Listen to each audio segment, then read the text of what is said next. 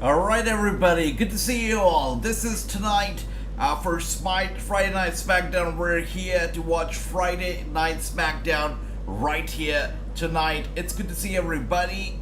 Gary is here. We got Tony Khan. We got Andrew. There you go. I said, yeah, that's right. We got Miss Carr. Miss Carr, it's good to see everybody. And that's right, we're kicking things off here in a huge way with the tag team title match between the Usos and the New Day. The New Day, as we know, they're en route. They're on the way to become the longest reigning tag team champions in modern history. And of course, the Usos are about to make history right here, but the New Day are not too happy because they're the ones who currently hold that record, and they want to maintain that record. That's why they have challenged them to a tag team match to prove their worth. So if Usos are able to defeat the New Day tonight, they will go on to make history. If they're not, the New Day will be stopping the Usos from making history just a few days short. So let's see how this goes down, but the Usos definitely, I think, they're gonna win this match and make history for sure. Ricky Chu, it's good to see everybody. We got Sherry Reigns here, it's good to see you. Been a while. Good to see everybody. There you go once again. Xavier was right now in control, doing pretty damn well. And I can see everybody over here is gathering, is excited. I'm glad to see that. That's right. I can see Gary here looking very sus. Look at Gary. Very sus. That's right. Yeah. But it's good to see everybody. Hope everybody's doing well. And an interesting way to kick off the show. You know, we're kicking off the show with the match that I thought was going to be the main event of the night. But we know already what the main event is going to be. Tonight's SmackDown is not very busy. We don't have a lot of matches that are going to be happening tonight.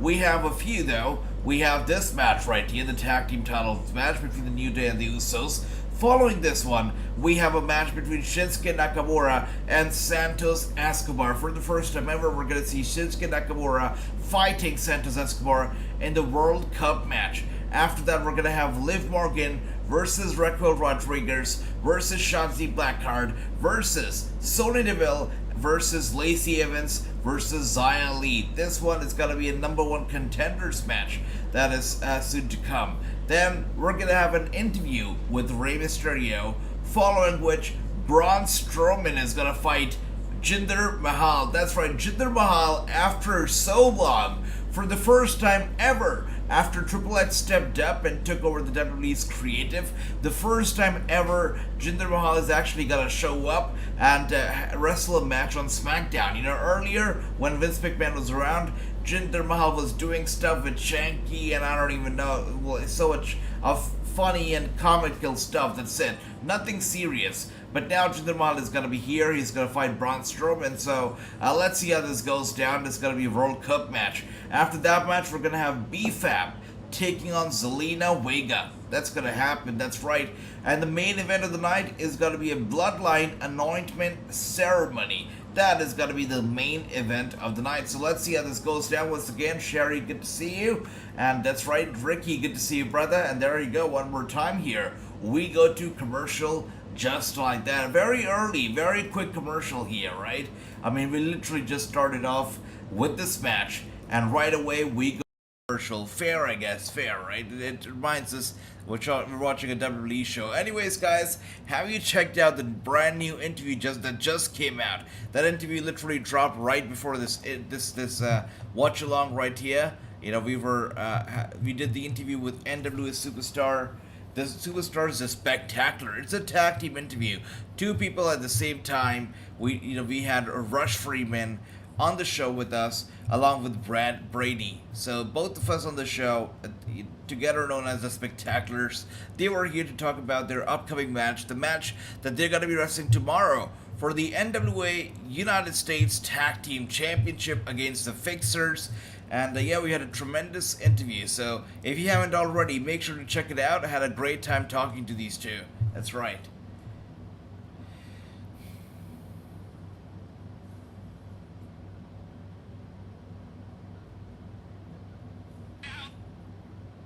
We're just talking to right now to them as well.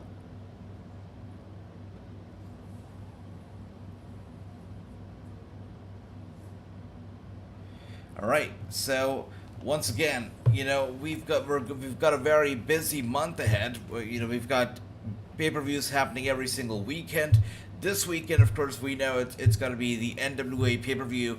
Next weekend, we're going to have Impact. We're going to have AEW. And after that, we're going to have a WWE pay-per-view. So every single weekend of this month, we have a pay-per-view. Just like right before this interview, True, it's good to see you, brother. Welcome, welcome. So right before this watch along, started streaming live, we dropped the interview with the NWA superstars, the Spectacular. Next week, we're gonna be doing interviews with some Impact Wrestling stars. Not sure who they're gonna be just yet. It's a bit of a surprise still. But we're going to find out mostly by Monday. We're going to know who exactly are we going to be doing for Impact Wrestling next week. And after that, we're going to do more interviews, WWE and beyond. So, yeah, big interviews coming up this month, guys. And Ricky says, AJ, how was your day? Day was good, Ricky. Day was great, So the NWA stuff, I just interviewed them, basically, today.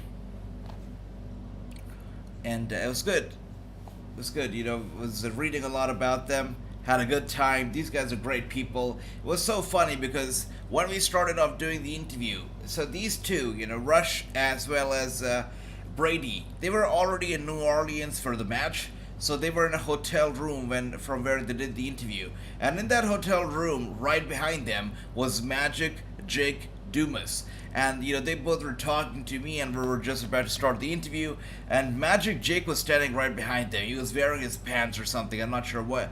And, this guy Rush tells me, by the way, AJ, I would like to introduce you to Magic Jake Dumas. And I'm like, oh, okay, that's Magic Jake. I couldn't recognize him by his face. So I'm like, all right, Magic Jake, it's good to see you. I've heard a lot about you and how Rush tried to find you a girl through Tinder. And it all went up very awkward. So they all had a good laugh. Great people, had a good time with them. So check out the interview if you haven't already. Very funny interview indeed. Andrew says, AJ, did they ever tell you who you were going to interview? They did. I messaged them. I asked them, who am I interviewing exactly? And, we did have a little bit of a delay, but that's okay. They did finally ended up telling me that, yes, we were going to be interviewing the Spectacular. So it was good. It was nice. So, also with this, there was a bit of a surprise with the Spectaculars because I wasn't sure how many people are going to be showing up for the Spectaculars. It's a two-man team, but also in that team is Rolando, who is the bigger brother of Rush Freeman.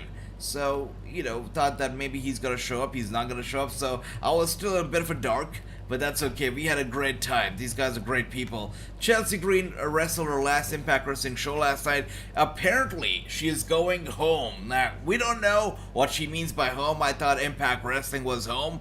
But she is going home now. What home is it gonna be? We'll find out in just a bit. That's right, Ricky. 24 hours away from the NWA Hard Times 3 pay-per-view. Indeed. And, in that pay-per-view, in that interview, I made Rush as well as Brady cut a promo on Hard Times. I asked them, Rush, Brady, what do you guys know about Hard Times? A throwback to Dusty Rhodes, and they did cut a magnificent promo. That's right. Is the prediction title on the line tomorrow? Absolutely true. Every single pay-per-view, we're gonna have the prediction title on the line, without a doubt, brother. And as you see right here, Xavier Woods not looking too happy. Look at him. Of course, Kofi Kingston right now in pain. There's no doubt in my mind that the Usos are going to win this match. There's no way that the New Day are stopping them just a few days short of making history. It's not going to be happening. Not at all.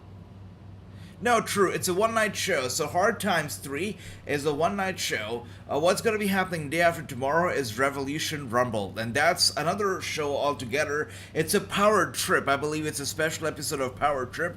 They're going to be recording, and it's called Revolution Rumble.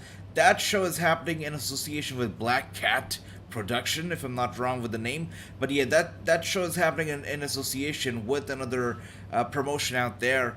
So it's not a full-on NWA show, it's a collaborative show, and it won't be streaming on Fight from what I understand. So Hard Times 3 is only a one-night show. The other one is Revolution Rumble. It's a whole different thing and probably will not be live. That's right. I'm glad they're bringing back championship matches on the network TV. I agree, Gary. This was missing from TV. Like, these gimmick matches, steel cage matches, championship matches. So I'm glad that finally they're bringing them back. I love it.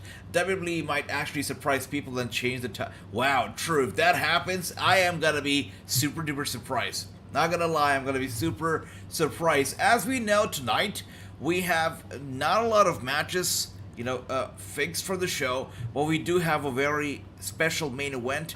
The main event is gonna be an anointment ceremony from the Bloodline. So let's see how that goes down, but it's gonna be a Bloodline anointment ceremony that will be closing the show.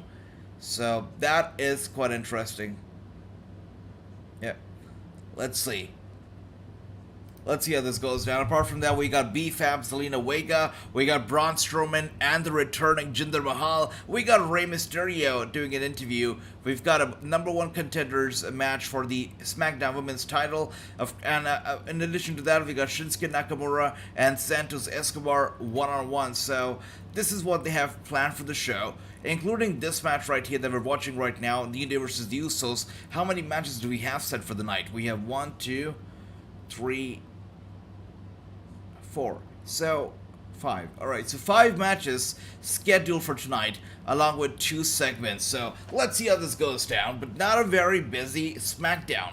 But this could mean that if the show is not very busy, this could also mean that the matches are going to be longer and maybe quality matches. So let's see how this goes down. PCW is live next year on Fight TV. Next year, on January the 27th, PCW Ultra is going to be having some big matches. They're going to be having Viva Von versus Masha Slamovich. They're going to be having Black Taurus versus Jacob Fatu. And a lot more big surprises are going to be unveiled PCW Ultra next year in January, as they're going to celebrating their anniversary show. That show hopefully will be live on Fight. Not sure just yet. We got Jonathan in the house. Good to see you, brother. Welcome. Welcome. It's great to see you. He says Bloodline anointment ceremony. What a load of nonsense. Let's get back to the wrestling. I agree. Let's get back to the wrestling, and let's see how this goes down. But that is gonna be closing the show anyways. With that being said, we go to yet another commercial. So 20 minutes of the show done and 2 commercials already. Yeah, that sounds like a WWE show, does it not? CM Punk called MMA Fight last night. He did. That's right. So he could be doing that. It was his first appearance post that AEW All Out Media Scrum. That was his first ever public appearance, and seemed pretty good. He seemed in high spirits. So good for him. Actually, I was surprised because yesterday I also started off with the season 3 of The Ultimate Beastmaster. I've told you guys about the show before. It's streaming on Netflix right now, The Ultimate Beastmaster. I started off with season 3 yesterday, and in season 3, to my surprise, I had no idea. Season 3's commentators are CM Punk and Wade Barrett. I had no idea that these guys were calling the action along with another big group and big team of commentators, but CM Punk and Wade Barrett also calling the action in Ultimate Beastmaster Season 3. If you guys have not checked out the show already, I really highly recommend it to you because I have a great time watching it, and I know you guys would as well. That's right. Are we here watching PCW Ultra? Absolutely. Anything PCW Ultra, we've got a great relationship with them, Ricky, so we're definitely watching them. That's right. And Andrew says the avatars are back. That's right, brother. They are indeed here. And just like I said, we're experimenting, we're trying different things. So what I'm looking at right now is maybe having different, overlays, different layouts for different shows. So for SmackDown, I think this one suits us just fine. For Dynamite, we played with something new this past week. Yes, we're trying different things, and whatever works, whatever you guys like the most, we're gonna stick with that. Yeah. So, AJ, that's right, the PCW Ultra, we're going to be doing that for sure. Jonathan says, I want to know how long will it be until Roman Reigns' next match? 1 month? 2 months? Well, actually, to think about it, I think the next match will most likely take place at Survivor Series, or hopefully will take place at Survivor Series. It should. So, Survivor Series technically is about, 17 days away? So, hopefully his next match will be in 17 days. If not, then the next match will be in 2 months, or maybe even more, at the Royal Rumble. So let's see. But hopefully, Roman Reigns will wrestle at Survivor Series. Let's find out. What main event again for SmackDown, AJ? Brother Ricky, for the main event tonight, it's gonna be a segment, not a match, and that segment is gonna be the Bloodline Anointment Ceremony. That is gonna be the main event of the night, and that will be, wait a second. Oh, I thought we're back from commercial. No, we're still on commercial right now. Time for Bray Wyatt to move to his storyline to the next level. I agree. It's been a bit too long since he's been, showing us the QR codes and Uncle Howdy and whatnot. Yeah, maybe it is time to move to the next level here. I agree, Gary. What happens to the tracker? So the tracker also, experimenting it. So in this layout, it's a little hard to get the tracker in. It's already too busy. But if you guys like the tracker, I will definitely bring it back. If you guys like the timer and all that stuff, I'll bring it back. We'll make it a thing for all the shows then. So, okay, thank you. I'm not sure what my avatar is. The abdominal snow. It seems like the Iceman, the Snowman. Let's take a look. Let me find out, Jonathan. Alright, where's my cursor? Alright, let's see. So here is Jonathan, and Jonathan's avatar. You are the Iceman, Jonathan. That's right, the Iceman. Love that. There you go. And you can fly as well. There you go. That's amazing. I like that. Anyways, here we are. We're back from commercial.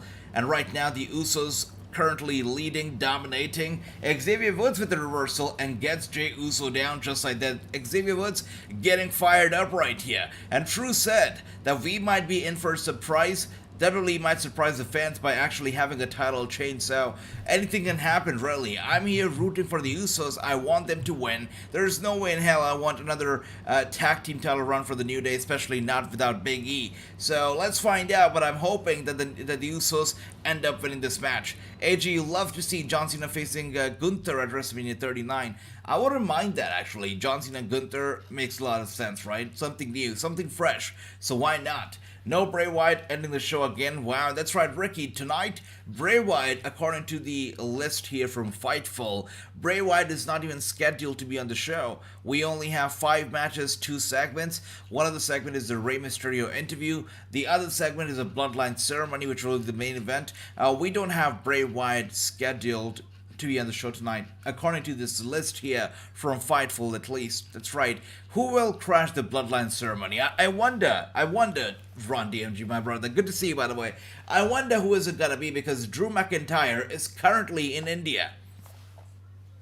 So it cannot be Drew. Drew McIntyre currently is filming some Bollywood projects. He is, dancing with John Abraham, with some other Bollywood actors. That is what he's up to right now. Not sure if he's, made his return to the U.S. just yet, but at least until 2 days ago, I was looking at pictures of him in India, in Bollywood. So, Drew McIntyre is here. AJ John Cena going to wrestle WrestleMania next year, April 1st and 2nd. Who will be his opponent? Just like Ricky suggested earlier, brother, I think Gunther versus Cena makes a lot of sense. So hopefully, Gunther versus Cena is going to be it. But time will tell. One thing's for sure, Austin Theory versus Cena is not happening. 100%. I'm going for Omos to crash it, says Jonathan. Omos is an interesting name, actually. You know what another interesting part is? Jinder Mahal is going to be making his return tonight. Jinder Mahal has been gone from television ever since Triple H and Stephanie took over. Jinder Mahal was quite frequently appearing on TV, dancing around with Shanky dancing around him, and Jinder not liking his dancing was something that we saw every single week, literally every single week. It was cringy, but we kept seeing it every week. Ever since Vince McMahon went away, we stopped seeing Jinder Mahal on TV, but tonight he's finally making his return. Tonight he's going to be fighting Braun Strowman in a World Cup qualifier match. So let's see how this goes down, but Jinder Mahal will be in action, will be back tonight. So let's see. Let's see if Jinder Mahal will pull an upset, will defeat Braun Strowman, or is he going to do the obvious and job to Strowman? Let's find out. And Andrew says, let the bombs drop as the Heel Club show. That's right, Andrew. We got to do that. We will be having the bombs dropping for the Heel Club. Absolutely. And with that being said, it's 3, it's 2, and 1, because the bombs are going to drop and they're going to hit the floor. That's right. Isn't that lovely? Look at Iron Man just flying off the thing. Love that. And Run DMG, I just realized he's Jackie Chan. Isn't that badass? Run DMG? Okay, wake up. Wake up. We got David in the house. Good to see you, David. Welcome. Welcome. Run DMG hasn't. Oh, there he is. He woke up. I love that. Alright. Coming back here to TV. Jey Uso going for the cover on Xavier, and Xavier still with the kick out right here. I've said it on here many times. Once the Usos lose a title, Reigns will drop his title as well. It'll be a complete down. I agree, Jonathan, 100%. It's a bloodline. It's a tree. It's a family tree. And once this tree starts falling down, it will hit the floor. That is for sure. I agree, Jonathan. Once the Usos drop their titles, I can definitely see Roman Reigns also dropping his championship. I agree. And Tony, it's good to see you, my brother. That's right. Let's go Us 100% here behind the Usos. Remind everybody, join us on Discord. We have that. Thank you for that, Ricky. Absolutely. And could it be Brock to wait a sec. Brock Lesnar to crash it? Brock Lesnar to crash the anointment ceremony. I don't know, because I don't expect this guy Brock Lesnar to actually wrestle at War Games. I don't expect him to be a part of the Survivor Series pay-per-view. So I don't see Brock Lesnar crashing it, but would be nice, would be great, but I don't see it happening. I would love it if Gunther crashes it, because we don't have Gunther anywhere, scheduled to be on the show tonight. We don't have a match featuring Gunther tonight, so why not have Gunther crash it and maybe challenge Roman Reigns for the title match? Maybe IC versus US title down the line. Would be nice. Yeah. That's right. Let's go, Us. I love that. Ricky. Cena, please don't come back. Enjoy your retirement, man. I like that, because honestly, the last time Cena came back, the last 2 times he came back, he gave us really very meaningless matches. One little match, and then going back again. It just did not make sense to me. It did not satisfy my hunger for John Cena. It did not do anything. I love Cena, but those runs were just terrible. So, those returns were terrible. So, this time, if he wants to come back, I hope it's a more meaningful run than just a one-off match. Let's see. Let's hope SmackDown is better than Raw, says Tony. I hope so too. And from the looks of it, it seems okay. This match is quite long. It's about 30 minutes already, and the match is still going on. Just like I said earlier, we don't have a lot of matches scheduled for the night. We've got 5 matches scheduled. That's it, including this one right here. So we could be looking at longer matches than more number of matches. So that's good. Quality over quantity. I can get behind that. And David, it's good to see you, brother. Not over yet, Tony. You're right. The match continues.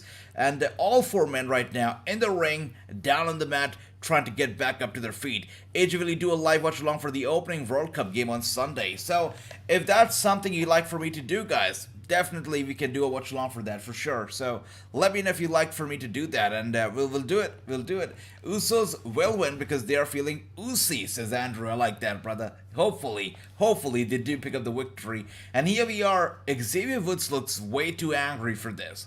He just looks very angry. You can tell that Xavier does not want the Usos to break their record. The guy is super mad. And here we are now. Four of the men going at each other.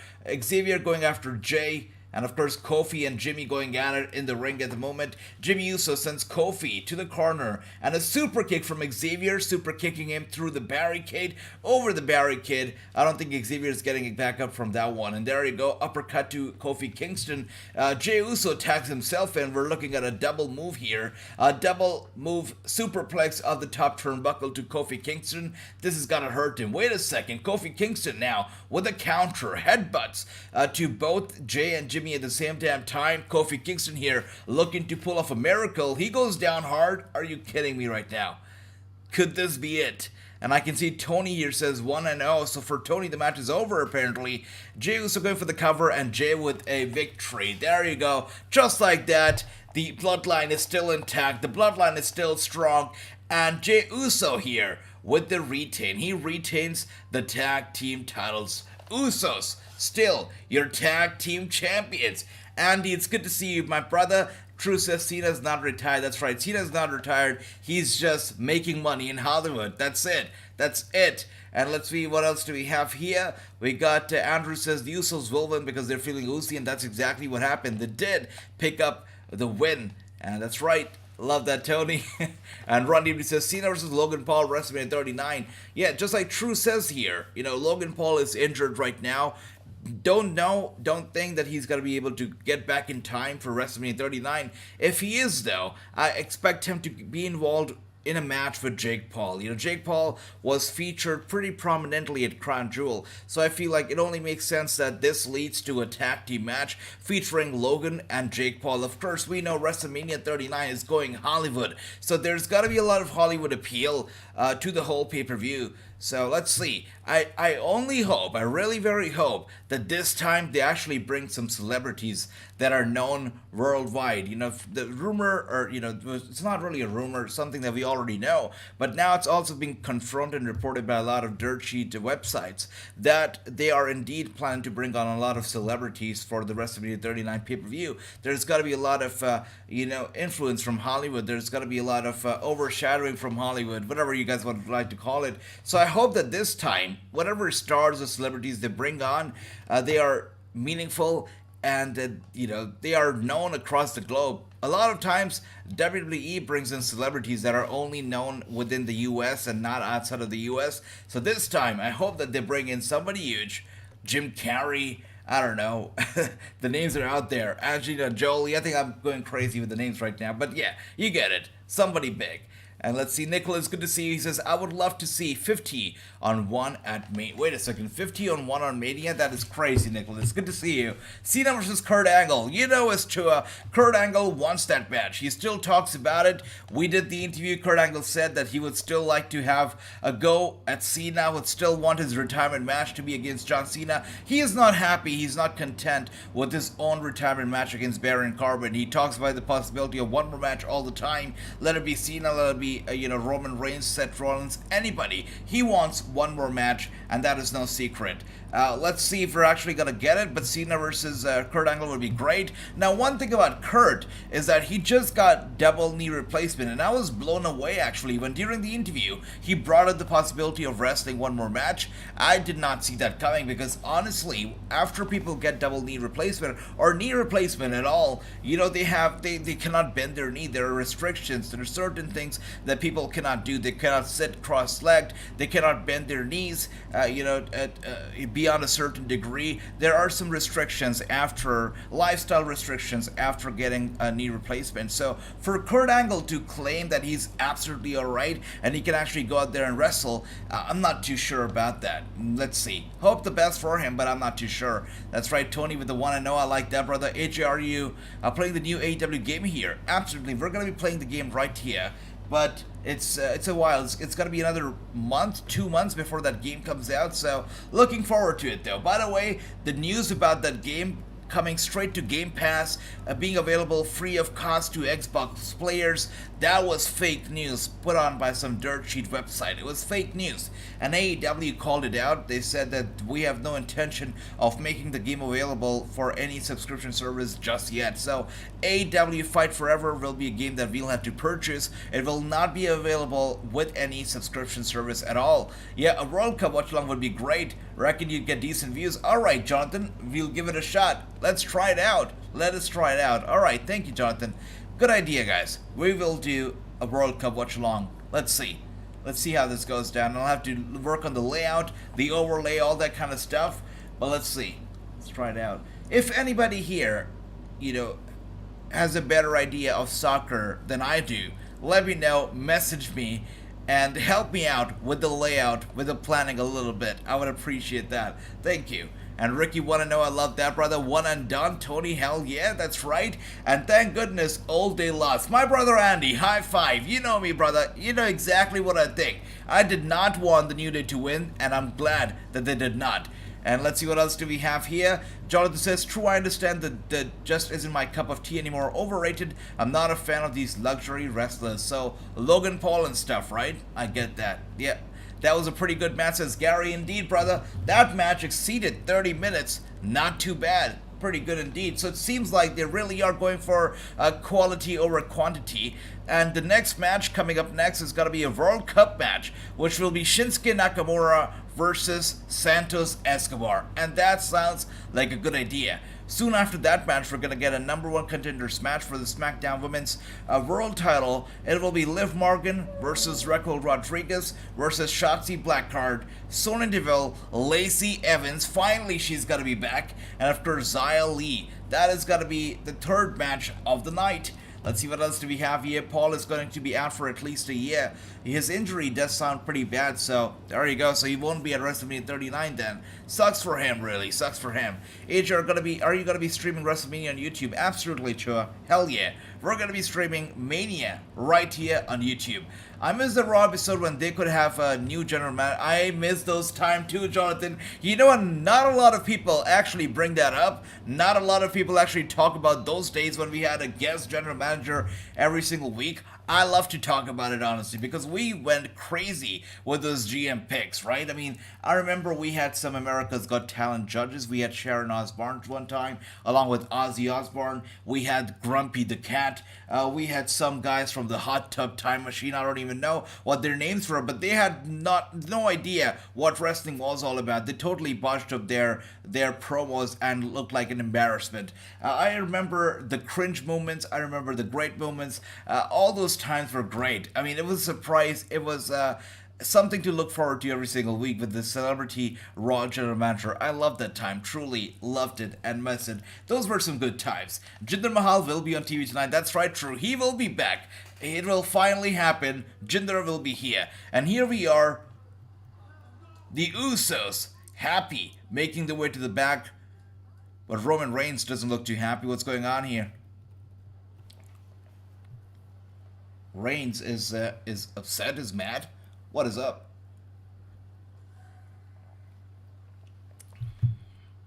Feels good, right? All right. You know what I'm saying? Wow. Yeah. This is what being the greatest of all time feels like. Roman Reigns says, "This is what being the greatest of all time feels like." This guy and his promos are awesome. Okay. This guy wears a new t-shirt every single week, literally. Didn't he have a shirt that said "We the Ones" in red? Now it is in gray? Wow.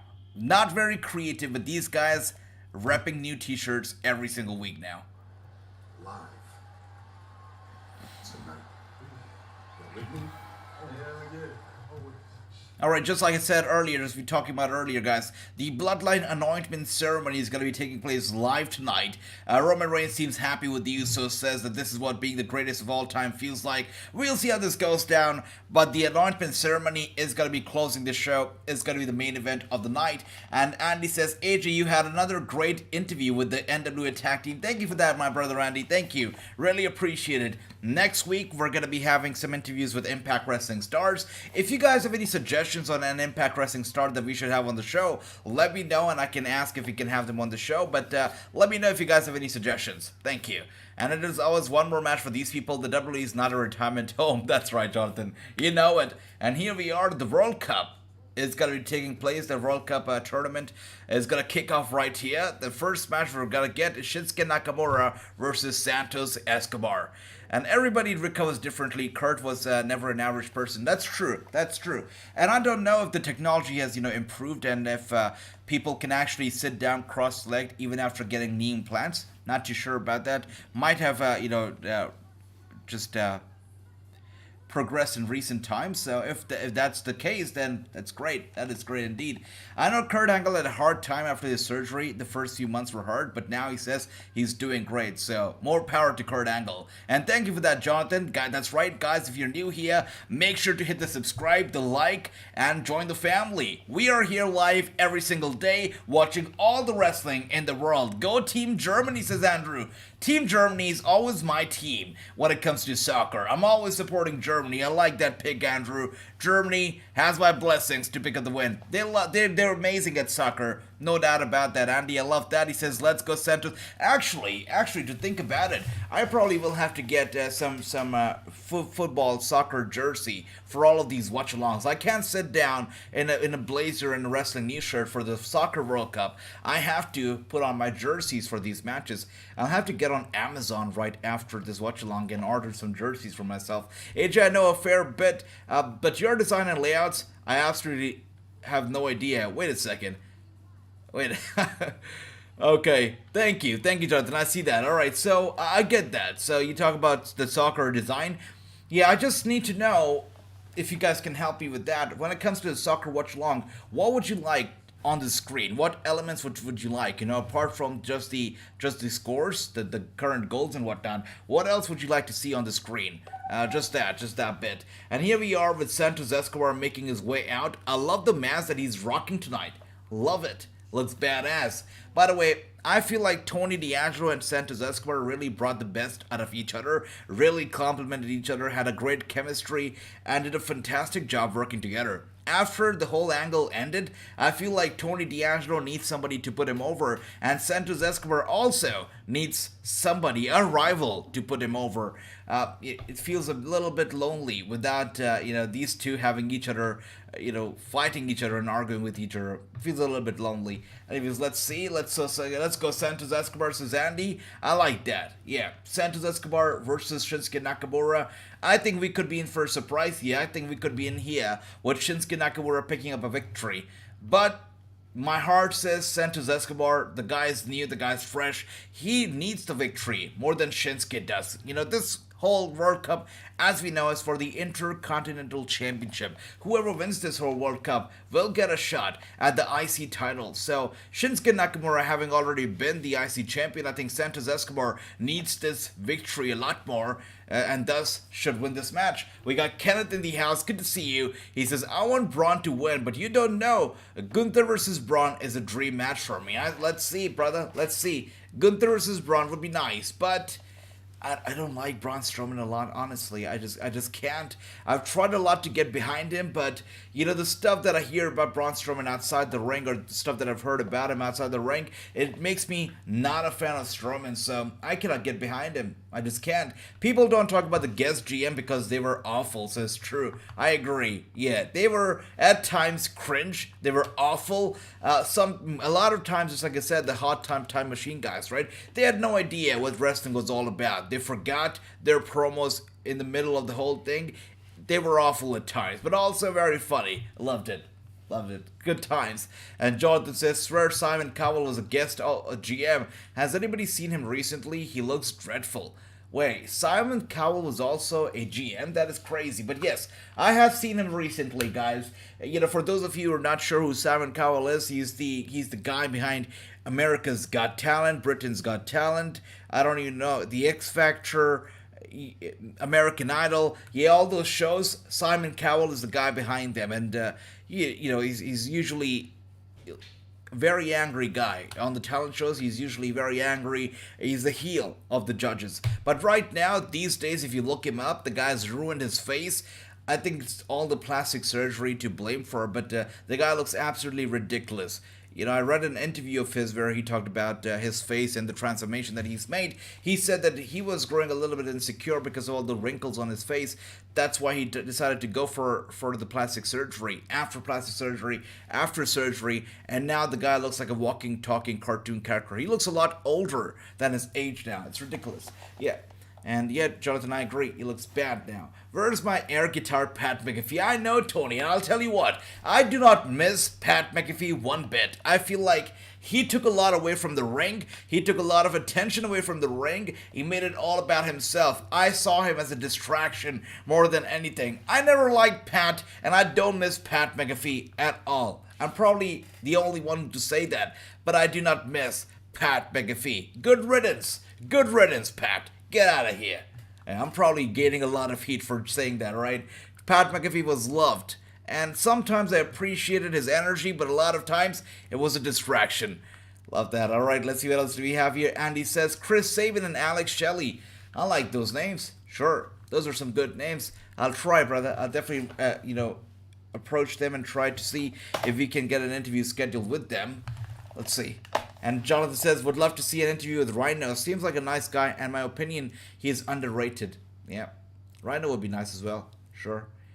Yeah, I did get an interview done with Heath Slater, before, I believe, the Revolution. I'm sorry. I can't even recall the name of the pay-per-view. But a couple months ago, I did do an interview with Heath Slater. The guy is also pretty chill. Pretty nice. Yeah.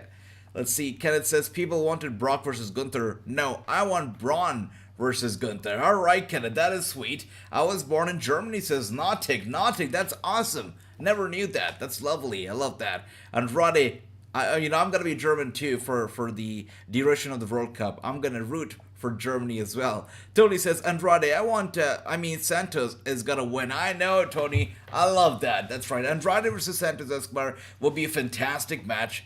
Don't know if we're gonna see it, but I would love that match as well. But Santos Escobar needs to win this match a lot more than Shinsuke Nakamura does. Had it been the Women's World Cup tournament, I would say America. But since it's the men's, I would say it's anyone to win, says Andy. That's right, bro. I like that. And here we are, Santos Escobar right now, dominating Shinsuke Nakamura in a tough spot. And as we see Rick Books coming back sooner than later, he will be back. I think Rick Books will probably be back in time for the Royal Rumble if he's making good progress, that is. I do not want him to be paired up with Shinsuke Nakamura again. I felt like Shinsuke Nakamura, Rick Books together was a total disaster. It helped nobody. It just pulled them both down. Maybe it helped Rick Books a little bit, but Shinsuke Nakamura got pulled down to a whole new lows along with Rick Books. So when he comes back, I really do not hope that these two get paired up together, because Shinsuke Nakamura along with Rick Books got lazy, had somebody to fall back on. It just did not make any sense. So hopefully it does not happen again. Kenneth says, are you excited for next week, Full Gear? There's a lot to look forward to before Full Gear as well. Full Gear is going to be amazing. It's going to be incredible. Paige is going to be coming back. Saraya, is going to make her in-ring return. We're going to have Jeff Jarrett making his AEW in-ring debut. Kenny Omega, the Young Bucks, and so much more. Full Gear is going to be an amazing pay-per-view. Before Full Gear, we got NWA's, of course, Hard Times 3 pay-per-view that's going to happen tomorrow. And also we've got Impact Wrestling's Overdrive pay-per-view that's going to happen next week. So lots to look forward to even before Full Gear. For the background, I'd maybe just choose a generic one with different players, the start of the tournament. Thank you for that, Jonathan. I'll definitely look into it. Thank you. And Santos Escobar should win the tournament, says Andy. I'd like that, sure. Let it be Santos Escobar versus Jinder Mahal in the finals. I would love that. And yes, I want Braun Strowman to lose. I want Shinsuke Nakamura to lose, because I feel like this tournament should be all about the up-and-coming stars. That's what it should be about. Let's see what else do we have here. Selena looked good tonight, says Andrew. I like that. By the way, Selena is going to be fighting a match tonight. After a bit, we're going to be having Zelina Vega versus BFAB. They're going to be wrestling tonight for the first time, so that's another thing to look forward to. That's going to be the last match of the night. Zelina versus BFAB is going to be the last match. So let's see how this goes down. Shinsuke Nakamura right now on top of Santos Escobar's shoulders. Elbow strikes to the head, and now a sleeper hold locked in. Shinsuke Nakamura gets Santos up, plants him down hard, face first into the mat. Santos Escobar now in trouble. And Nakamura to win, says True. I like that, brother. Okay, come on, says Tony. Guten Abend, Andrew. Oh, hell yeah. I like that. Some German right there. I don't even know if I know some Germany. Yeah, probably don't. All I know is Danke, Bitte, Guten, Morgen. Yeah. Good Nacht. I don't even know. But yeah, nice. Love that. Love it. Alright, let's see. Strowman cannot wrestle, says True. That's it. I just cannot get behind Strowman. I just cannot get myself to like the guy for some reason. He's come back now, and I must say, he looks a lot better than he did earlier. I like the new hairstyle, the new beard, whatnot. Definitely do. But I cannot get behind him still. AJ, who is Rey Mysterio facing in the World Cup? Not sure. Well, Rey Mysterio is actually going to be fighting tonight, but that's not going to be a World Cup match. Oh, actually, he's not fighting tonight. I'm sorry. Rey Mysterio is doing an interview tonight, not wrestling. So no World Cup match from Rey Mysterio tonight. I don't know if he's in the World Cup, actually. Let's see, though. And here we are, kick to the head of Shinsuke Nakamura. Santos Escobar looking for a superplex right here. McAfee will be back when college football is done. True, we're not going to talk about McAfee coming back, right? It's like a dream I never want to end, right? I don't want this guy, Pat McAfee, back. So if he never comes back, I'll be fine. I know I'm going to get a lot of heat for these comments, by the way. And here we are, Santos Escobar knocks him out, goes for the cover, and gets the job done. Escobar defeats Shinsuke Nakamura, and he progresses in this World Cup tournament. Good for him. And this is exactly what the World Cup should be all about. It should be all about the next generation of superstars, the guys that are up and coming right here in the WWE. Santos Escobar, without question, is one of those guys that's trying to make a spot for himself on the main roster. So he needed the victory. I'm glad he got the victory. And let's see what the future holds for him in this tournament. That's right. And in my opinion, the closest time in the TNA really came to rivaling the WWE was when Monster Abyss was in his prime. I agree. Yeah, there was no stopping the monster. But Kurt Angle, he also acknowledged the fact when I did the interview with Kurt Angle, he also said that he really respects AEW for being able to defeat WWE on numerous occasions, because TNA in its very best days could not do it, could never do it once.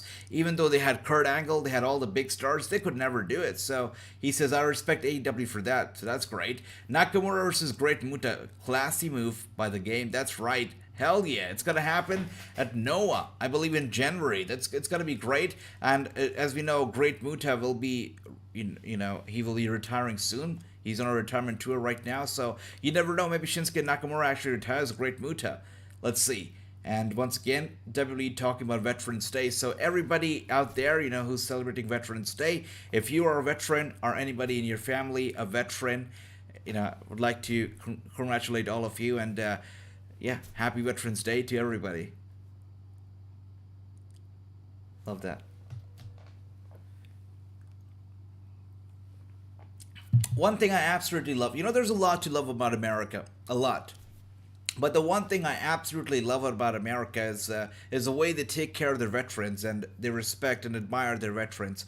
I love that, absolutely. Not a lot of countries, of course, everybody loves their veterans, everybody loves the people that have served in the army, that have served the country, but not a lot of countries actually go out there and acknowledge the veterans and give them benefits every step of the way like America does. So I really respect the USA for that. Let's see what else do we have here. Rick Boogs probably be paired with Emma since they're together in real life. I would like that, actually. Sure, let's do it. Some mixed tag team, why not?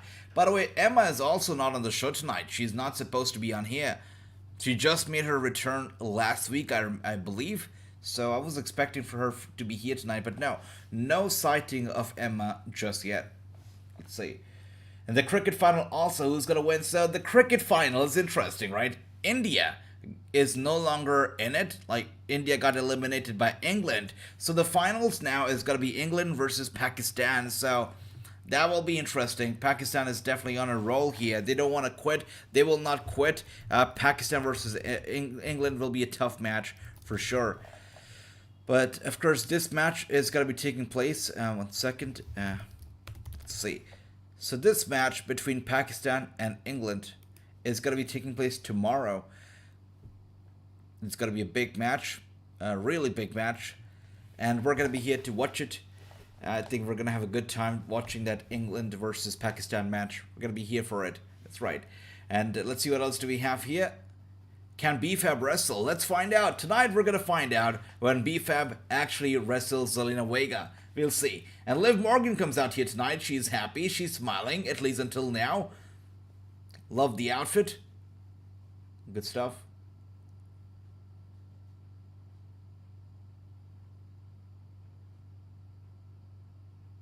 All right. She looks a bit too happy.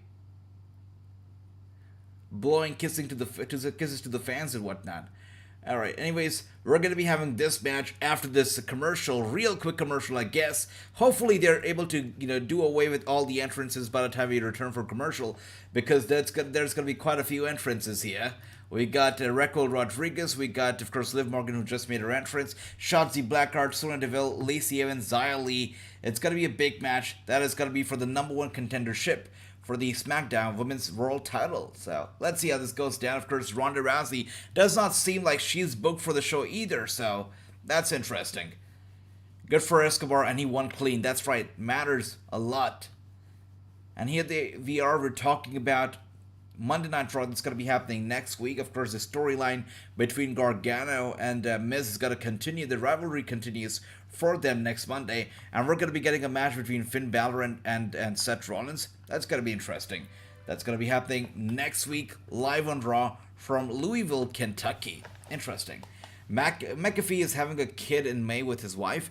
Yes, I did hear something about it. If that's true, congratulations to Pat McAfee. I love that. Also, Remembrance Day for our cousins in the UK. We will remember them. Love that. Love it. And Tony says, I love Liv. There you go. Timothy is here. He says, I'm here. What's up, my brother? Timothy, what's up? It's good to see you. Welcome.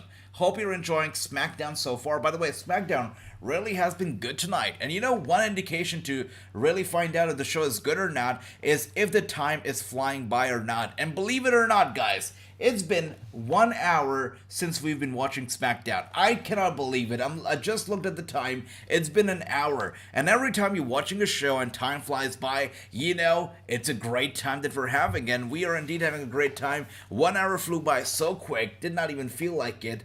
And yeah, the show is good. The show is great. I'm loving it. And Ricky here with the big old eyes for Liv Morgan. Don't blame you. Phenomenal Liv, says my brother Andy. Love it. Liv still has this awful theme music. I agree. The theme music, the Tron, it makes no sense to me when it comes to Liv Morgan. I feel like she has really made a lot of progress, and in her character, in the way she carries herself, she has made a lot of changes, you know, in her own self, and she deserves a better and an enhanced Tron as well as theme song. I totally agree with that, True. Makes no sense to me either. Liv is gonna win, says Andy. I like that. Tony is a Dr. Doom. Seth is a certified face, says Tony. There you go. I like that. Shotzi is gonna win, says Ricky. He is heel, isn't he? I thought Seth was a heel. When it comes to Seth Rollins, it's funny, right? Because sometimes he's playing the crowd like a total baby face. A lot of other times he's a heel. So Seth Rollins is like on the fence. He's a heel, but people love the guy. That's it. Hunter has hinted Bobby Roode coming back. That's right. So, the glorious one, Bobby Roode, we talk about him quite often right here as well, right? I love Bobby Roode. Really hope that he comes back. And yeah, I hope that they can get rid of the Robert Roode name. I just did not like it at all. So hopefully Bobby Roode comes back, and he comes back as the glorious one. Whatever he tried to do in 2017, that main roster debut, let's start from that once again. Let's have him make his debut. I'm not going to call it a return. I'm going to say let's have him make his main roster debut on SmackDown. And let's start all over from 2017 again, from scratch. And let's forget that all these 4 years of the main roster even happened, because those were some awful 4 years for Bobby Roode. So hopefully, let's start from scratch and build this guy up from the scratch right here on the main roster on SmackDown. I would love it, Andy. I would love him to be back. And once again, are we going to get some... Oh, did you know facts from Crown Jewel? Last Saturday's Crown Jewel was the most watched Saudi Arabia WWE event in history, almost doubling last year's Crown Jewel. That's an interesting fact. I wonder why. Is that because they are now on Peacock and not the network itself? Is that why they have an increase in viewers? Or is there another reason behind it? But that is interesting. Or maybe it's Logan Paul that brings in some new eyes and new viewers to the show. But anyways, almost doubling last year's pay-per-view is quite interesting. I like that, okay. And here we are, Megan Moore in the backstage. Let's see who does she have to interview. LA Knight here. Okay.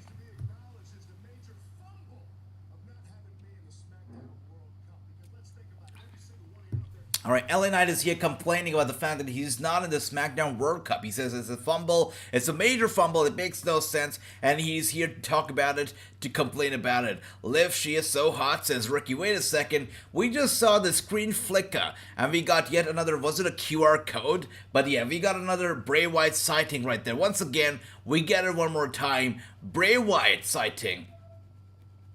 So, are you telling me that LA Knight could be going to the Bray Wyatt stable as well? That is crazy. Oh my gosh, Bray Wyatt shows up. Holy crap. Did not see that coming. So now we can be friends. You know, I think I understand you. I think I do. I can see all that anger and rage brewing inside you. Me too, man. Wow. My whole life, people have been telling me my rage was gonna make a monster out of me. Wow, okay. What is going on here?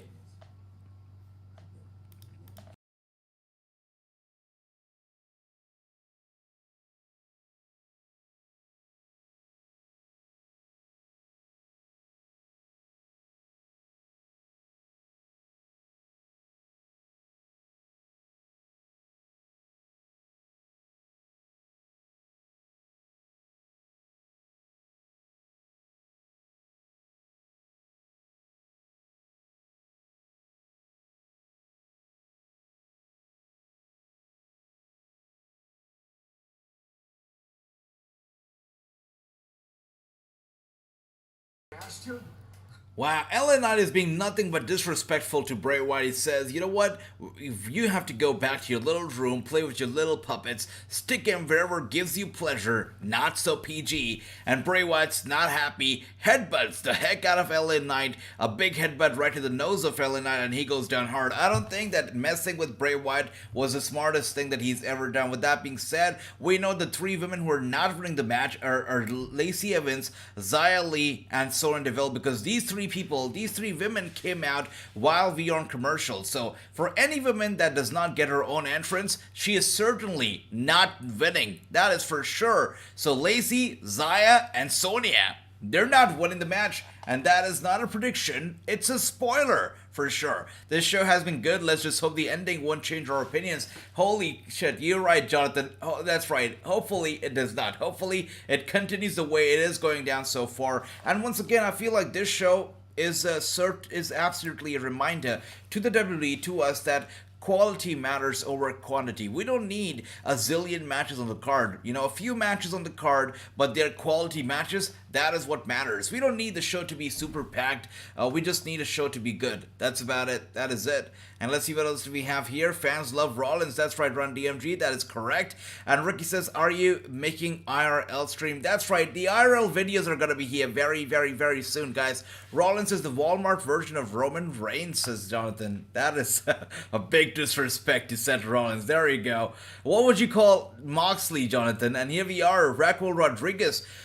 Anybody here who just, I don't know, for me, you know, she comes out here, she shows off her back, flexes a little bit. I think that is appealing to somebody, but to me, that does nothing. That feels a little bit weird. Every time she comes out here with the biggest smile on her face, flexing herself, showing off her back, maybe stop doing that. She overdoes it, right? She does it on the ramp, she does it in the ring. I don't know. I don't get it. I cannot get behind that. That's right. And Timothy, I see you had to go to the ER, brother. I'm sorry about that. Well, I'm glad that you're home and you're feeling better. Please take care. Take care, Timothy. That's right. Yeah, take care. And stay hydrated. Keep hydrated. You know, eat well. Make sure you're getting all your nutrients, your proteins. And please take care. That's right.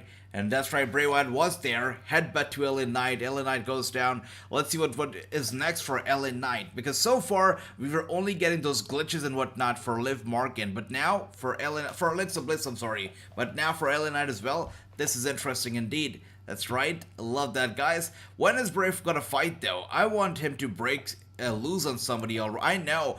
Testing our patience right now. We all want to see it happen. Hopefully we do see it happening. King Tones, it's good to see you, brother. Welcome.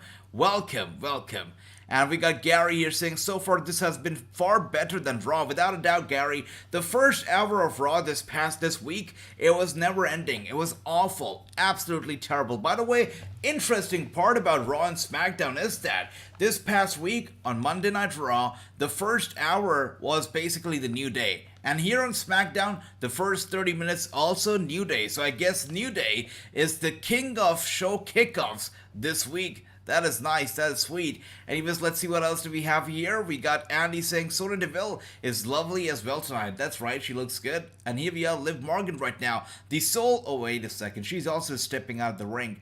Okay, going after Sonya Deville with an advantage, a big punch to the midsection of Liv Morgan, getting her down to her knees here at ringside. Liv Morgan with a reversal sends Sonya Deville straight into the steel steps, and she comes down hard. And that's right, King Tone's avatars, they are here. They're here indeed, brother. Let's see what else do we have. And he says, I like being loogie. You're awesome. I'm the Mario, you're the Luigi, King Tones. And thank you for that. Well, I guess we know what's next for Bray. Let's see, Gary. But LA Knight, definitely, I feel like he needs Bray, and Bray needs somebody like LA Knight too, so it kind of makes sense. It's like a mutually beneficial relationship, if they choose to have it, that is. And thank you, King Tones. I'm glad you liked the interview, my brother. Chua says, AJ Ricky Stark is not going to fight against Lance Archer tonight on AEW Rampage. The match is happening next week, Wednesday night. Ricky versus Lance. Well, whenever it happens, it's going to be a badass match, that's for sure. And once again, Xia Li right now in control, going after Shotzi Blackheart. Shotzi in trouble in the ring VR, and Xia Li is going to go for a move off the top turnbuckle. I think it's going to be a mistake, but let's see. Richard is in the house. Great to see you, brother. He says, AJ, my friend, what's up, my brother? I just cannot wait for tomorrow night because I'm meeting Jay. Oh, hell yeah. You're meeting Jay Lethal? That is badass, Richard. Have a great time. Wow, that is awesome. That is awesome. Have a great time, my brother. You got any questions, anything you're going to be asking Jay Lethal tomorrow? And no entrance is jobbers. You know it, Run DMG. You know the rule. No entrance means you mean nothing. That's it. And there you go. Raquel Rodriguez is going to go for a superplex on Xia Li. Of course, a person with an entrance superplexes the heck out of a person with no entrance. It only makes sense. And here we are, Sonya Deville going for the cover on Xia. Xia kicks out. And changed my mind. I went Raquel Rodriguez to win, says Tony. I think she's going to win. I think she should win. Absolutely should. I'm a little tired of Liv Morgan versus Ronda Rousey over and over again, so yeah, maybe Raquel versus Ronda would be nice for the SmackDown Women's title. Also, if you guys remember that open challenge that Raquel Rodriguez accepted from Ronda Rousey early on, that was incredible. That match between Raquel and Ronda was amazing. Probably one of the best that I've seen from Ronda Rousey all year round. So I would love to see a rivalry between these two. I think it'll be great. And King Tones, thank you for that, brother. Thank you. Yes, that's right. The new interview is out already. If you guys have not checked it out already, make sure to do it. Shotzi flat butt says true. Alright, you know true. Let's not even talk about the butt, because you know exactly what I think when I look at Shotzi Blackheart. It's something that I want to forget about Shotzi. I just cannot. And yeah, I really regretted something that she did a few years back before she joined the WWE, right? Something really gross. I want to forget about it, but I just cannot. And yeah, that sucks. And Sonya Deville might be joining Shayna and Ronda's team, says Andy. Wow, okay. Alright, I wouldn't be surprised. I think I get the idea of why they would want Sonya Deville to be joining Ronda and Shayna. I think I get that a little bit. Sweet. I wouldn't mind that, actually. Would not mind it. Absolutely not. And Raquel needs a gimmick, says Run DMG. You know, her gimmick right now, literally, I'm not even joking. I'm not even being sarcastic. I'm not trying to make fun. But her gimmick at the moment seems like showing off her back and flexing. That literally seems like it. They're treating her like Braun Strowman, to be honest, right? Braun Strowman comes out here, and what is his gimmick? His gimmick is basically showing off how huge and how impressive he is physically. That is what Raquel Rodriguez's gimmick looks like, and that makes no sense to me. She needs a gimmick. She needs to get that Apollo Crews smile off her face. You know, she needs to be smiling only when she needs to smile, not all the time. So that makes no sense. So I agree, Run DMG, totally. Lacey Evans didn't even get an entrance music. What's up with that? That's right. So, well, for Lacey Evans, what is she doing now? Like, we saw week after week, we saw some Lacey Evans video packages, some vignettes. She was talking about her life, her childhood, growing up, being a veteran, whatnot. She makes her big return, and that return is an absolute disaster. It's a big flop. She tries it one more time on the other brand, and that's a flop. She comes back to Raw, and that's a flop. And now we see her on SmackDown, barely, occasionally, and whenever we do see her, she doesn't have an entrance, she doesn't have an entrance music, and none of that stuff. We don't know what is she exactly now. Is she a sassy Southern Belle, or is she a veteran? We got no idea. Tonight is Veterans Day. At least they could have Lacey Evans get a nice little entrance here because it's Veterans Day to celebrate a veteran. I think it only makes fair to give her a little moment, but none of that stuff is happening. So I don't know what is up with Lacey Evans, but the fact that tonight is Veterans Day, and even tonight cannot make it a big night for Lacey. They cannot even make room for Lacey Evans to celebrate Veterans Day. I think that's a big disaster for her. Yeah. it's not working out. I'm not sure why she has a job, honestly. Moxley is still in my freezer, a pork chop. I see that, Jonathan. All right. Evans is a jobber, says true. And she wasn't really a jobber when she was a sassy woman from the 50s. She wasn't a jobber then. She was different. And when they were trying to repackage her into the veteran, I said it loud and clear. I said that we have a lot of badass women in the industry. Across the board, you talk about NWA, AEW, WWE, any promotion out there, there are a lot of badass women. What we don't have is somebody like Lacey Evans, sassy, kind of like a old school housewife kind of gimmick. It's different, and I like that about Lacey. It was different, it was unique. She stood out from the rest because of her sassy, impressions, her accent, the way she dressed. She stood out instantly, and she lost that about herself. She lost that uniqueness about herself, and look at her now, getting her butt kicked by Xia Li on Veterans Day. Makes no sense. Makes no sense.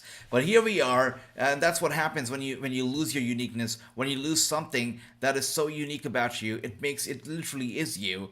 And she lost that. She lost that. And that was a disaster. Disaster indeed. And let's see what else we have here. Have fun time meeting him tomorrow. Richard says, Andy, I love that, brother. I like it. AJ's trivia or AJ championship on the line? Or the prediction championship on the line? That's right. So tomorrow, Andy, we're going to have the predictions championship on the line. And the trivia, just like I said, you can expect it at any time.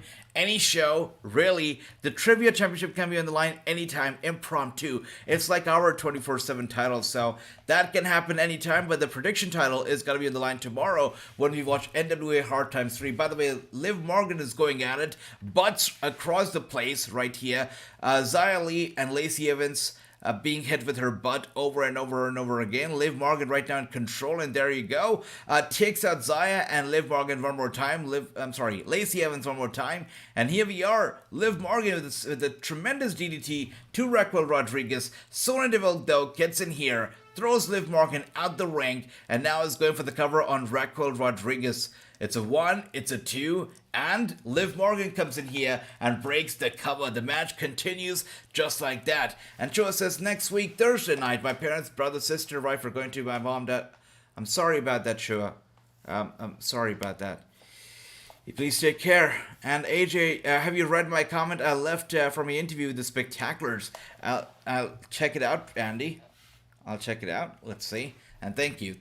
AG, a prediction championship on the line tomorrow? Absolutely, yes. The prediction title is definitely, my brother, gotta be on the line tomorrow. Absolutely. Yes, that's right.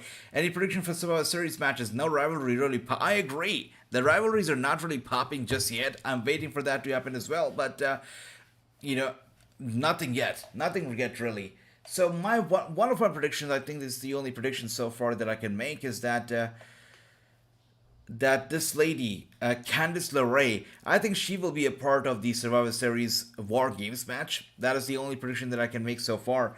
Apart from that, nothing really. I think it's too early to say anything because Drew McIntyre is not here. Not sure what's going to be happening with Bobby Lashley moving forward. We have all the talent, but we don't know how they're going to be booked just yet for Survivor Series. We're only like a few weeks away, so they better hurry up. But, considering how awful this week's Raw was, it's hard to figure out what they really have in store for us for Survivor Series. So, let's see. Let's see. Nothing yet from me. The only prediction I'll make right now is that Candice LeRae will be a part of the War Games match. Most likely with Bianca Belair, but let's find out. And but let me know, Run DMG or anybody else, if you have any prediction for Survivor Series. By the way, Liv Morgan, oh my gosh, that could have been a great move right there. She just came flying in, so Raquel Rodriguez was looking to powerbomb Sonya Deville through the table, but Liv Morgan comes in flying, and all of them miss the table by a whole kilometer, and all of them go down hard. The table does not break. Everybody is selling the whole thing, but the table is still not broken, and the table is standing there waiting to be broken, and it's not going to break itself. Somebody will have to get up and will have to be put through the table. Who is it going to be? We'll find out. And thank you, King Tones, really appreciate that. That's right, Andy, absolutely very sorry about that. And yeah, thank you, King Tones, you're awesome. Love that. Lacey Evans is talented, so is Run DMG. Without a doubt she is. You know, she was good on the microphone, had the charisma, had the personality. Do you guys remember the time she used to come out just to her entrance music being played? She used to come out, she used to wave to the fans and head back, and that got her over literally. She didn't have to say anything. She had all the charisma, all the personality to get herself over without saying a word. And now here we are, she's literally getting buried.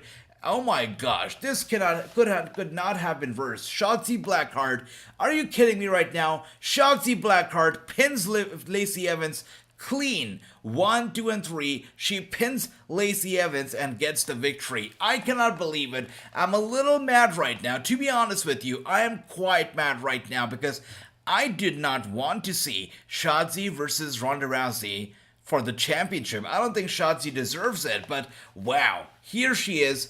She's going to be fighting Ronda Rousey for the women's title at Survivor Series. Did not see this coming at all, but good for Shotzi, I guess. Good for her. Xia Li's being wasted, says True. I agree, absolutely. Just botched the whole damn thing. That's right. That was terrible, and the fact that they did not even get up to try and, break the table or fix the botches towards the end of the match was crazy. And that's right, Shotzi has picked up the victory. Are they planning to do at least one traditional Survivor Series? No, Gary, it's out. It's not about the brand superiority anymore. It's not taking place. We're not getting any elimination tag team matches. It's all about the War Games now, Gary. That's it. And yeah, with that being said, guys, Shotzi Blackheart, she pins Lacey Evans clean on Veterans Day for the victory. It's crazy. And 2-0 for Ricky. I like that. Good job, brother. I'd like a title match at Survivor Series, but Reigns jobbed out the whole roster except Rollins, and Rollins versus Reigns. Wow. U.S. champion versus the unified world champion. Not a bad idea. But I agree, he has jobbed out the whole roster. Did not even leave Cena behind. He has jobbed everybody out. You're right, Randy Anchi. Maybe not Gunther. Gunther still left. That's right. I would love a triple threat match. Gunther versus Rollins versus Reigns. That would be badass. I'd like that. And let's see what else do we have here. Tony says, it's about time for Shotzi to go for the SmackDown World title. Alright, so Tony's happy. I'm not a Shotzi Blackheart fan at all, so yeah, I don't know. I'm not, the one thing that really upsets me, I've probably have said this before, I'll say it again. The one thing that really upsets me is the fact that they've got Ronda Rousey on the roster as their champion. And they're not able to tell us any good story with Ronda Rousey. The lady has some impressive story in her entire life. Her life has been nothing but a storybook, really. It's been crazy. She has a lot of experience under her belt. Big name, right? She has a mainstream appeal, all that kind of stuff. But I feel like they have never been able to use Ronda Rousey to the fullest of potential. They have not given us... Alright, so... apart from that one time that Charlotte Flair and Ronda Rousey went at it at Survivor Series with the kendo sticks, apart from that, I don't think there's any rivalry or any moment that of Ronda Rousey that we can remember and cherish forever. I don't think we have one person that we can call the true rival of Ronda Rousey just yet. And that's not a good look. I don't think they have ever been able to tell a good story with Ronda. That's lacking, severely lacking. And these meaningless matches like Shotzi versus Ronda make no sense to me. So I'm upset. I am upset about that. I love Ronda. I've always loved her. I feel like she's fantastic. I was over the top when she made her WWE debut, but they just haven't been able to use her at all. And that's a problem. That's right. Let's see what else do we have here. Well, Shotzi is going to be the next person to get her nose broken from Shayna. That's right. Hopefully that happens. All right. And Andy, anything important happened on SmackDown so far, says Kingtown's brother Kingtown. So far, what we've seen is, a tag team championship match. New Day versus Usos. That was the match that New Day wanted because they wanted to stop the Usos from making history as the longest reigning tag team champions in recent history. But of course, Usos defeated the New Day and they went on to retain their titles. So they're still champion, and they're going to be making history. Apart from that, Santos Escobar defeated Shinsuke Nakamura in a World Cup qualifying match. In addition to that, we just saw Shotzi Blackheart pinning Raquel Rodriguez to become the #1 contender for the SmackDown Women's Champion, which the match will take place now at Survivor Series. Ronda Rousey versus Shotzi Blackheart. Moving on, the segment we're going to be having up next is going to be Rey Mysterio in a sit-down interview, I believe. So it's going to be an interview with Rey Mysterio. That's going to be happening up next. After that interview, we're going to get a short and little match between Braun Strowman and Jinder Mahal. Look at the time right now. We've only got about 40 minutes left before the show is going to be over. And in those 40 minutes, we've got 2 segments to cover. We've got 1 match to cover, which means that the World Cup match between Braun and Jinder is going to be super short. And Jinder, without a doubt, considering how short the match is going to be, he's got a job. He's got a job out, without a doubt.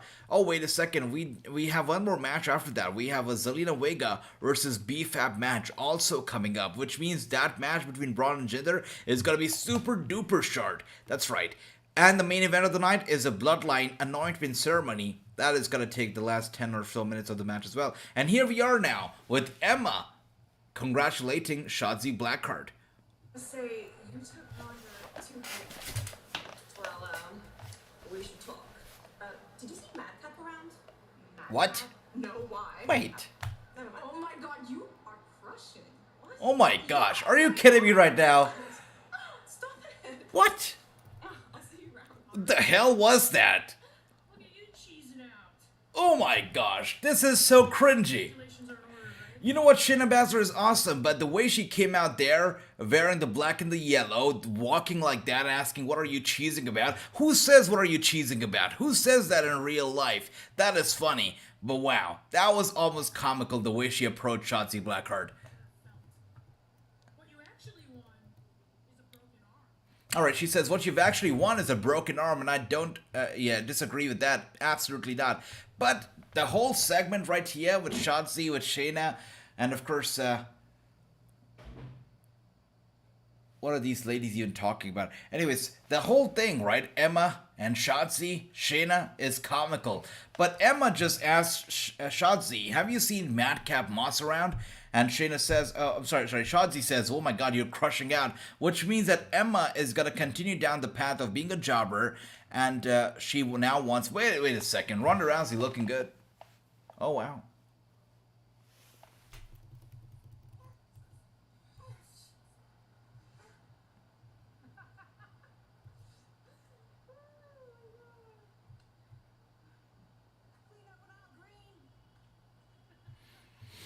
Alright, so Shayna Baszler puts Shotzi to sleep backstage. Now, apart from that, the Madcap Moss and, what's her name? Emma thing is weird. Is that weird as it gets? You know, one jobber paired with another jobber. Yeah, that's a jobbing team, jobbing couple right there. But it's weird how they just are starting off this whole thing up with Emma and Madcap. That is interesting. And right now, we're looking at a backstage interview with Ricochet. And Caleb Braxton looking great as well. Anyways, let's see what else do we have here. We got Mo Lester in the house. He says, I like Shotzi, but I don't understand that match. I agree with you. Absolutely. I don't get that match at all. Absolutely not. True says, you guys are really trying to put Lacey Evans over. Maybe I am. A little bit. Shotzi has no chances. King Tones absolutely agree, brother. A former Impact Knockouts World Champion versus Ronda Rousey. You have to think about it that way. Makes sense, right? AEW prediction Rampage is going to be good tonight. I hope so. And here we are with Gunther, face to face with Ricochet. What's yours? Did you have enough last time? Wow. You know, I want you to fight with all your heart because I love you. So it's happening next week, I guess. Wow. I like that. Gunther here, smiling. Profiling. He tells Ricochet, I want you to fight with all your heart because I would love to beat you again. Almost feel like Gunther has some respect for Ricochet because he was smiling as he made his way to the back. That's interesting. I guess we're going to watch this match next week. But anyways, moving on, we got, what else do we got? We got Chua says, Andy, I think Raw vs. SmackDown and War Games, that's our series. Well, it's not about brand superiority anymore. It's about a series. I don't think it's going to be Raw vs. SmackDown, but it's going to be rivals versus rivals. That is the plan moving forward, at least for this year's Survivor Series. It's a little different this time. I'd rather have Charlotte to get the title back from Rousey. I agree, Tony. And I feel like maybe they're saving Charlotte Flair for Royal Rumble. Maybe she comes back, wins the Rumble yet again, and then we get to see Ronda Rousey versus Charlotte Flair for the SmackDown Women's title at WrestleMania. I wouldn't be surprised if that happens because WrestleMania WrestleMania is going to Hollywood, and they will like to bring all their big guns, for the Mania show. So I think it's gonna happen. Charlotte versus Ronda, WrestleMania 39. It could happen. Definitely could. And let's see what else. Wait a second. No, it will not happen because it just hit my mind that Becky Lynch has been saying this for about 2 years, that she will be fighting Ronda Rousey at WrestleMania 39 in a one-on-one match. Becky Lynch has been saying this for 2 years, that WWE has this match planned. They have this match booked for WrestleMania 39 in Hollywood. So Ronda versus Becky will happen in Hollywood. Not Charlotte versus Becky. Ronda versus Becky will be happening at WrestleMania 39 in Hollywood. That is for sure. Ronda's rival is Ronda. She is not a good heel, says Andrew. I agree with that, actually. I do. I think I gotta agree with that. Sure, I do agree with that. Anyways, we are now back to commercial. When we do come back from commercial, it's gonna be Braun Strowman versus Jinder Mahal. Let's see, what else do we have here? Andrew says Ronda's rival is Ronda. I agree with that. Interview with Rey Mysterio. Hope I don't fall asleep. Yep. So, an interview with Rey Mysterio. I wonder if they cut that short, actually, because instead of Rey, we got an interview with Ricochet.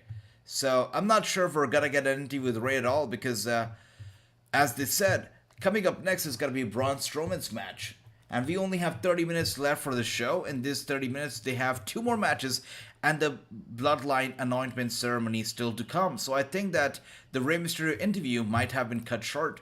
Yeah, probably it's not going to be happening. Anyways, let's see.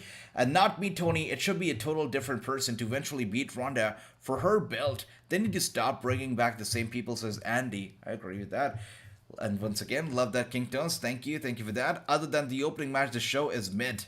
I've got to agree with that as well, actually. Yeah, because if you look at the show, the first match was, sweet and nice. New Day versus Usos. They definitely gave us a banger. About a 35 minutes long match. Definitely nice. After that, Shinsuke versus Santos Escobar. Without a doubt, it was a mid match. Nothing too crazy about it. The women's match. The fact that Shotzi Blackheart won the match tells you that it was a mid match with a very mid result. Now, after that one, let's see what else happens. But True is absolutely right. Apart from that first match, the show has been mid. I agree with that. Let's see. And this must be another road drop production. It is not good, says True. Yeah. Let's see what else do we have here. Take a nap, Shotzi. Yeah, just sleep it off. I wish I could do it right now after watching the way that SmackDown is going down so far. And AJ, remember, they are dated, both Emma and Moss. So Moss and Emma, are they actually dating in real life right now? I got no idea. Are they still actually a couple at this very moment? Charlotte at number 29 at the Royal Rumble and Cody Rhodes at number 30. It's so predictable. It's painful. If that happens, I'm gonna cringe and I'm gonna feel the pain. I already feel the pain right now. I'm gonna be happy because Cody Rhodes will come back, so I'll be glad. But if that actually happens, that Charlotte and Cody Rhodes both come back towards the end of the Rumble and go up to win the match, I will cringe so bad. I've got no idea. Hopefully that does not happen, though. Hopefully not. World Cup, I guess, is just another meaningless trophy, says Scary. Well, the World Cup basically guarantees you a championship match against the Intercontinental Champion. So I feel like now what Triple H is doing is he's bringing back the importance to these mid-card titles, right? Austin Theory just cashed in on the U.S. champion. The whole World Cup tournament is for the Intercontinental Champion, so definitely these guys are putting a lot of value and worth to these mid-card titles. What is funny, though, is that Gunther is going around handing out title opportunities to guys like Ricochet, but these guys, on the other hand, have to work their asses off to win the World Cup, only to get a chance at the Intercontinental Championship. So that's almost funny. And here we are now with the progressive highlight of the day. Alright, let's see. World Cup, let's see how this goes down. Andy says it's got to be Bianca Belair versus Charlotte, unless they pull the trigger with Becky versus Charlotte at Mania. I think it's got to be Becky versus Ronda, because for way too long, Becky has been saying it. She's been calling it. She's been saying that the match is in the works. The match has been decided. It is planned. They couldn't think of a better place, a better time for Becky versus Ronda. It's going to happen in Hollywood. She has said this with 100% guarantee. So I think it's going to happen. Becky versus Ronda will take place at WrestleMania 39 without a doubt. Yeah. And the worst part of SmackDown is the commercials and interviews, says Jonathan. I agree, and tonight we've actually got quite a few commercials. Definitely have. And also, these progressive highlights, honestly, I'm not a big fan of these as well, because for us at least, for the people that watch wrestling regularly, we know exactly what happens week after week, so the progressive highlights really don't help me out, but I guess there must be some people around that appreciate these highlights, but not for me. They don't do anything for me. And here we are, Jinder Mahal, again with no entrance. We know exactly who's not going to win this match. It's Jinder Mahal, because he comes out here, no entrance whatsoever. Class and prestige, the greatest WWE champion of all time is back.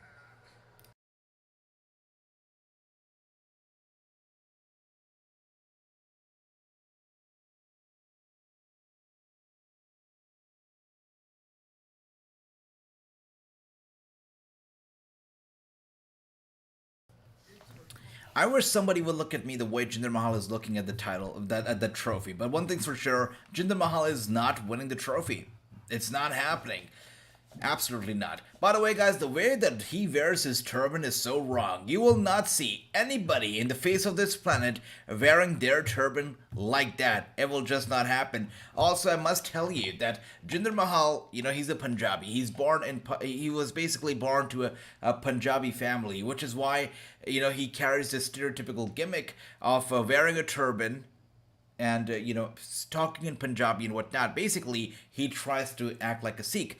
But that's not how a Sikh is, right? He doesn't have hair. Every single Sikh in this world, they do not cut off their hair at all. Not once in their lifetime. So every single Sikh, they've got long hair.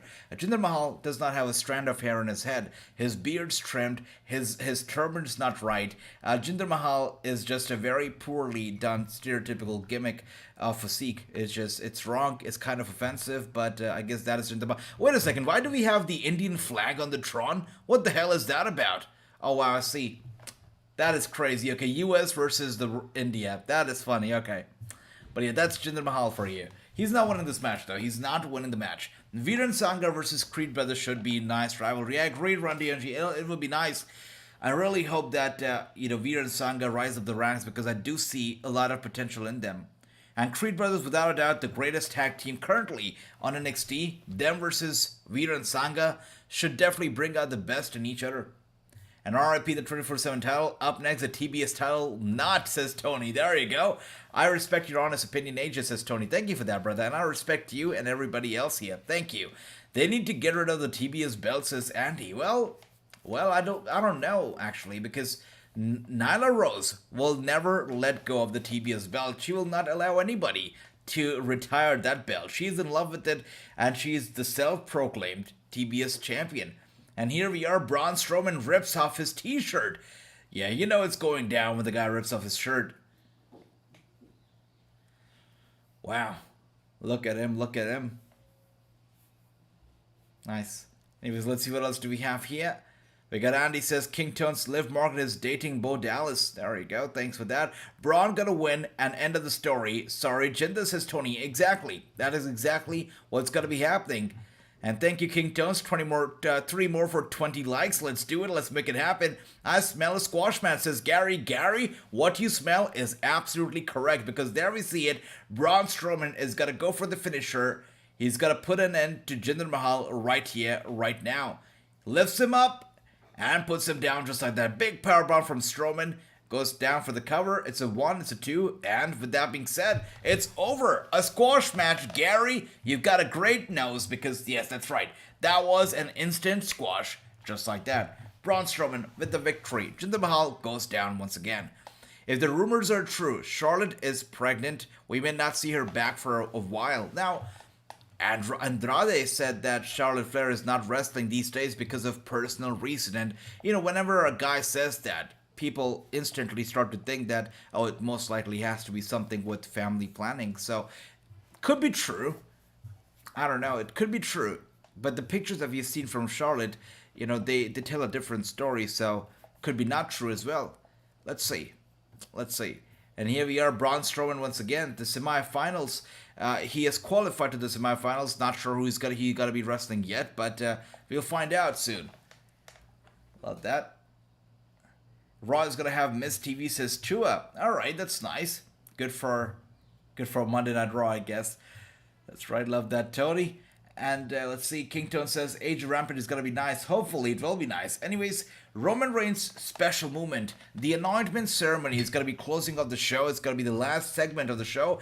And to nobody's surprise, the Rey Mysterio interview has been cancelled and most likely was replaced by that Ricochet interview. Nice and simple, nice and sweet. I got no problems. Anyways, coming up next is gonna be Zelina Vega versus BFAB.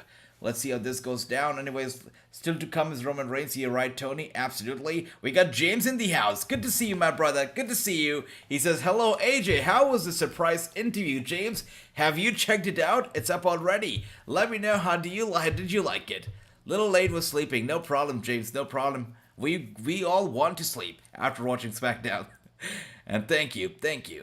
And didn't miss much, James. Bad SmackDown. King Jones, I wouldn't say bad. The first hour was like so quick. I loved it. The second hour has been kind of slow because if you look at the time right now, we still have about 24 minutes left on the clock, and yeah, it's been kind of slow. The first hour flew by so quickly, did not even notice when the 60 minutes flew by instantly, so that was that.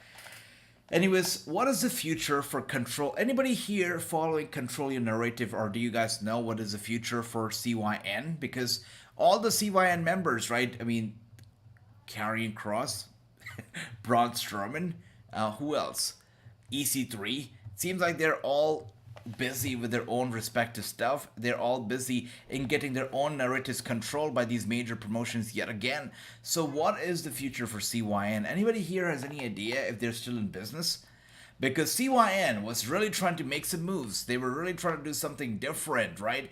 CYN, they wanted to go out there and actually be the first ever promotion to have wrestlers wrestle in the metaverse. It makes no sense to me as I talk about it right now, but they wanted to be the first promotion to actually have a wrestling show in the metaverse. That never happened. Not sure if that's gonna happen, but let's see. CYN is in the NWA, so that's it. CYN is in the NWA. That's true because EC3 has a big match coming up again, at Hard Times 3 just tomorrow, so it's true. The CYN is getting the narratives controlled in the NWA.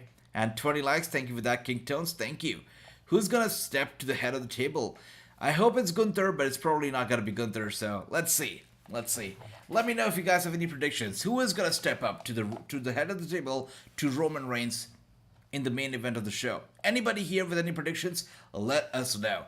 Anyways, guys, just like I said early on, our interview with the NWA tag team, the Spectaculars, just came out. Next week, we're going to have some more big interviews with Impact Wrestling talent, with WWE talent. We're going to be having some big interviews coming up next week, the week after next week, and beyond. So don't miss out. Make sure to hit the subscribe button if you haven't already, because we've got daily watch-alongs, we got big interviews, and more coming up right here on this channel regularly. Was you surprised and happy who they actually, I was happy because the funny part is that Rush Freeman, one of the guys of the Spectaculars, had been following me for quite a long time, and he's always very nice, very, very appreciative of the posts that I make on Instagram. He's a cool guy, so I was happy that we had an opportunity to talk. And these guys are very determined to make it big in the industry, to make it big in NWA. They've got a big NWA United States tag team match coming up tomorrow at Hard Times 3. So I was happy with the way the conversation went on. These guys are cool. And yeah, tomorrow we're going to be rooting for them for sure. And here we are. The one thing about this interview is that it was a tag team interview. I was interviewing two people at the same time, and we don't really get an opportunity to do that. Usually it's only one person at a time. So when you're interviewing two people, it's kind of a different challenge, and I'm always up for the challenge. The only other tag team that I've interviewed, the first ever people that I interviewed two people at a time, was the Authors of Pain. I interviewed both of them together, and that was great. And this one also went great. And here we are now. Zelina Vega waiting in the ring. Hit Row's BFAB coming out here with the Hit Row up next. Anyways, guys, anybody here behind the Hit Row? Anyone here who likes the Hit Row? Anyone here vibing with the Hit Row is a better question, I guess. Anyone? A raise of hands. Tell me if anybody here vibes with AJ, with BFAB, and all these guys. Anybody here? Let me know. I still think it's on its way out Only way it's still out there is cause EC3 versus Tom Latimer. Latimer better get the win tomorrow. Yeah, let's see how this goes down, brother. Roman versus MJF? Not really, says Tony. Yeah, that's right. It would have been nice, right, though? But it's not going to happen. That's right, look at that. And Run DMD says Braun Strowman should man up and challenge the Tribal Chief. But instead, he chooses to wrestle in this little trophy tournament. And he's going to go after the Intercontinental Champion, I guess. So that's that for you. MJF better win World Championship. I hope so too, Andy. And I think it'll happen. I think it's about time. Full gear. MJF, my prediction is that MJF will be champion. Maybe we'll find out who the War Games teams are. Maybe. That could be it. BFAB, that's right, Tony. BFAB indeed here. I'm not familiar with that tag team. Yeah, check them out, brother. Check out the interview, and I'm sure hopefully, you will not be disappointed. MJF better than Moxley, and you know it. Wait a second. What is happening here? Oh my gosh, the Viking Raiders. Should have known better. The Viking Raiders are here. That's right. Sarah Logan makes her comeback. Did not see that coming at all, guys. Did not see that coming. But the Viking Raiders are here, and it's chaos in the ring right now as they are taking out the Hit Row. Just like that. These two are polar opposites. The Hit Row is all about the vibe. It's all about the culture. It's all about the partying and whatnot. And of course, the Viking Raiders come from the ancient times, the medieval era. So polar opposite tag teams here.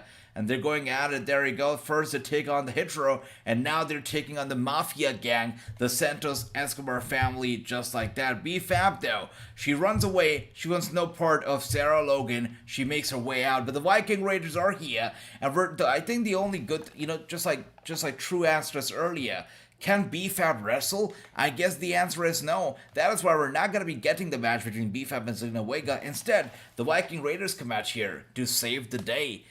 Good stuff. Good job. Absolutely destroying the two tag teams here. Viking Raiders single-handedly taking on the Hit Row as well as the Santos Escobar family. That's right. That is correct.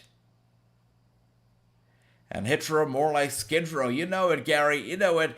That's right, Tony. Viking and Sarah are here, and nobody cares it's true. It's sad because if you look across the ring right now, look at all the people, all the fans sitting, over there. Nobody's clapping. I only see one person standing, and he's not clapping either. Nobody looks happy, excited. I barely see people making any noise. It's like dead silent all around there.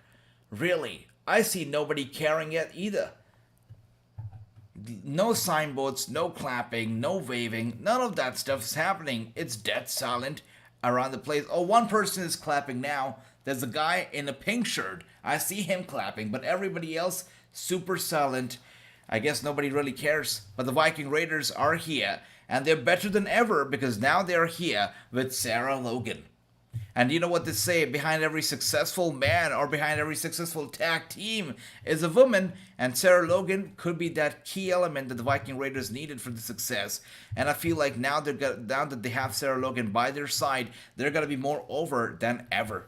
That's right. Viking Raiders name I don't really like. And honestly, Run DMG, I'm with you because the Bludgeon Brothers, the Viking Raiders, very similar. But I feel like we don't really have a place for a medieval era kind of gimmick like the Viking Raiders. I think that's in history, and it's hard to buy gimmicks like these anymore in the modern world, because we know that people cannot live without cell phones, people cannot live without, basic amenities. Just, this lifestyle is just not possible. I think that's part of the problem, part of the reason why people cannot buy gimmicks like the Bludgeon Brothers or the Viking Raiders. Yeah. Let's see what else do we have here, though. She is back, says Ricky. Sarah Logan is lovely as well, says Andy. There you go, I like that. Okay, Viking Raiders should be the team to take the belts from the Usos, says Andy. And it could happen, but again, Viking Raiders will have to do a lot of work. They will have to prove their worth. They'll have to prove to us why they should be the next champions. So, that's going to take a while. But hopefully, I'm hoping nothing but the best for the Raiders. Their first run was absolutely terrible. I'm hoping that the second run will be worth it. They will actually get what they want out of the second run. So, yeah, good luck to the Viking Raiders. This crowd is way better than the crowd we saw last Monday night. The crowd was bad.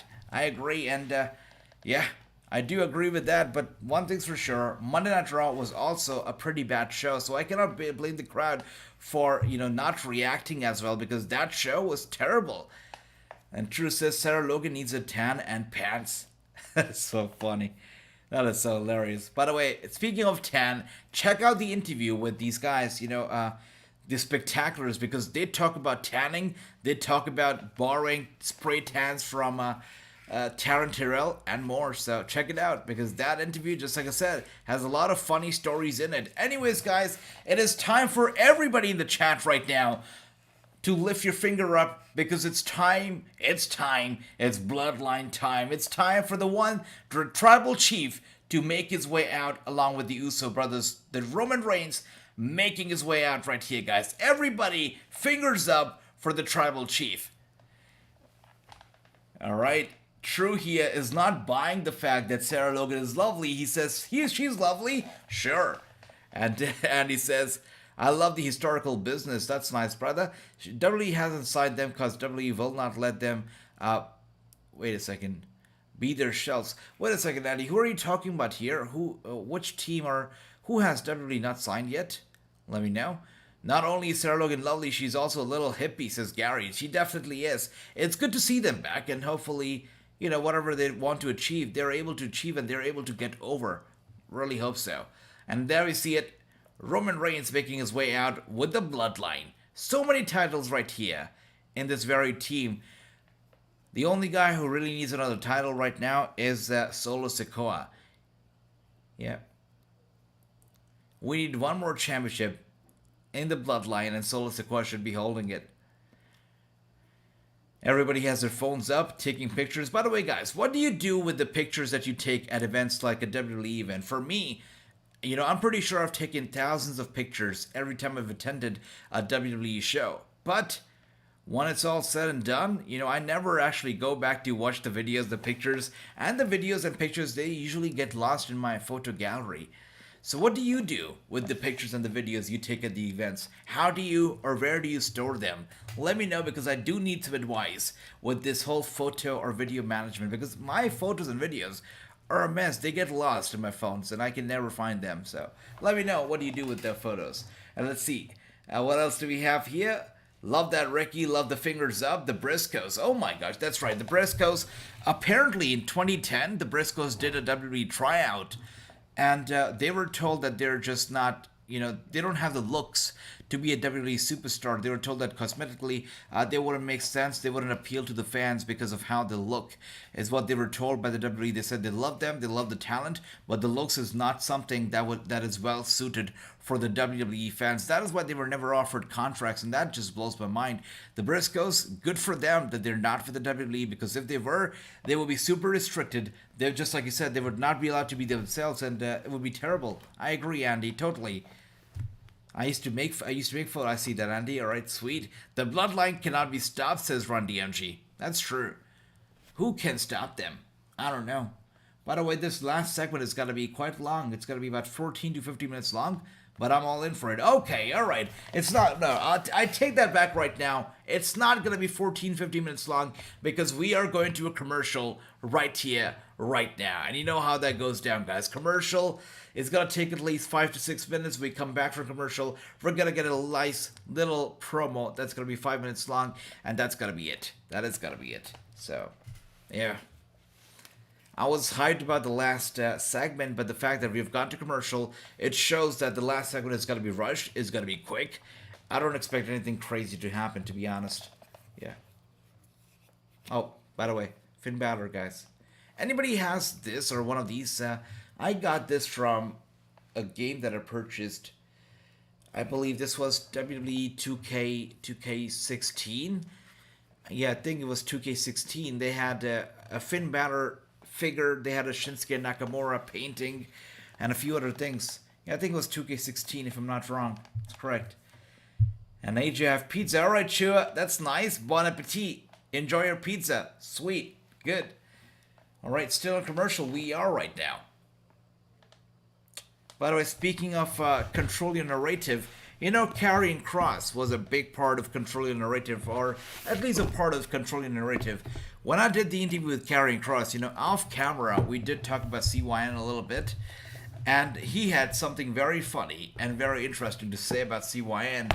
Now, I can't share that in public right here, right now, but hopefully one day, maybe on Discord or somewhere, we're going to talk about it, and I'll let you guys know what did Carrying Cross really have to say about CYN. It was funny. Yeah. One day, we're going to talk about it one day.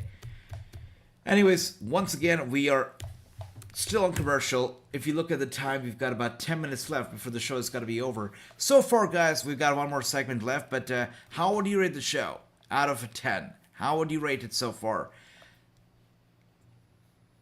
All right, Andy says, oh, that's good. What type of pizza? Sweet, that is sweet, guys. For me, no pizza, though, guys. I am on a very strict diet, just like I said, you know. I'm on a very strict diet these days, so no pizza for me these days. Absolutely not.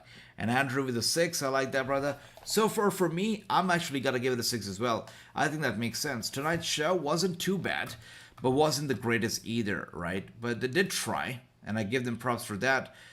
You know, of course, the Shinsuke Nakamura versus Santos Escobar match, just like True said, was mid. The New Day Usos match was possibly the best match of the night, and I don't even like the New Day, so that speaks volumes. The Shotzi Blackheart winning the whole contender match made no sense to me, so I wasn't a fan of that. Braun Strowman versus Jinder Mahal was an awful match, and so was the whole thing with Zelina Vega and B-Fab. But yeah, let's see what the last segment is going to be all about, and if that is going to save the show. 7 out of 10 from Gary. Nice and generous, Gary. I like that. Nice. This show is booty. Oh my gosh, sure. You got me with that booty comment. This show is booty. That's it. I love it. Wait a second. Holy crap. Wait. Nice. Nice. All right. So, is this the first time ever that they're actually acknowledging that Mustafa Ali is from Pakistan? I think this is the first time ever. That's nice. So, in the World Cup, Mustafa Ali, of course, he's going to be wrestling, and he's going to be representing Pakistan. I think this is the first time that they're doing it, so that's nice. And here we are, back from commercial. Roman Reigns, smirking. Let's see what this guy has to say. Almost TNT watch time. That's right, James. Almost time for Rampage. Super excited about it. But let's see what this Roman Reigns, the tribal chief, have to say.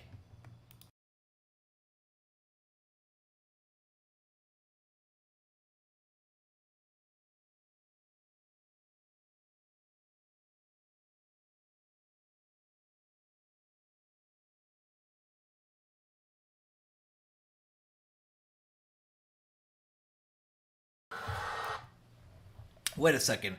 Where is Sami Zayn? What's going on with the guy? Why is he not here tonight? I think that's the reason why Jey Uso looks happy. But where the hell is Sami Zayn? Did not realize that he's missing from the show tonight.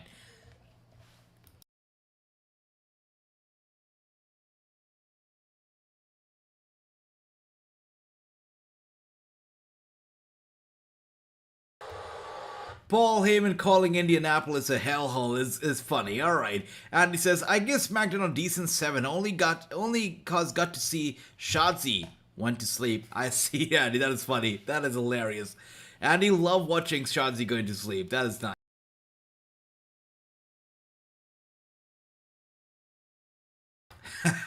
The fans booing the heck out of Paul Heyman, and Paul Heyman says, "That is not very Uzi of you." Paul Heyman is awesome. He's super hip, super trendy. I love the guy.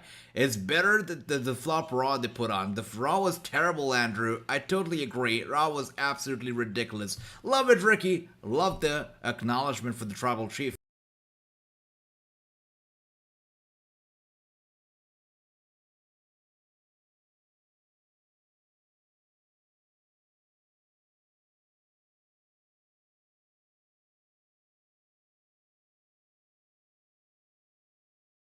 Isn't Paul Heyman right though? He says the New Day cannot compare to the Usos. The Usos don't have to come out here clapping or throwing away pancakes or talking about the power of positivity or riding unicorns to get over.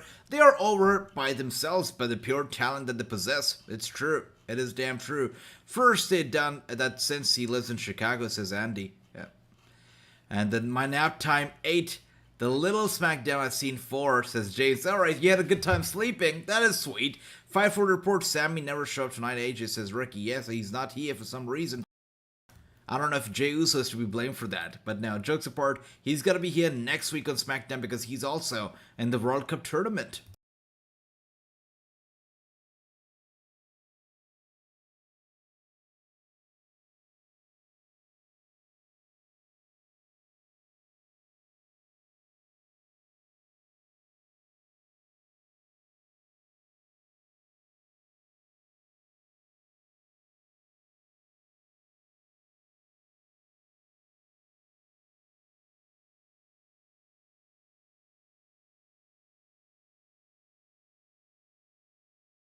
What's happening? What is that music? Oh my gosh, the Brawling Brutes.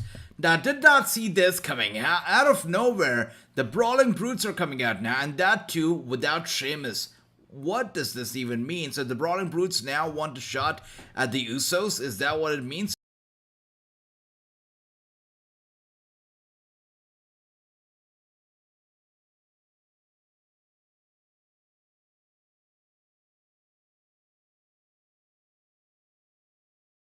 Oh, they've brought backup too. Who is that backup?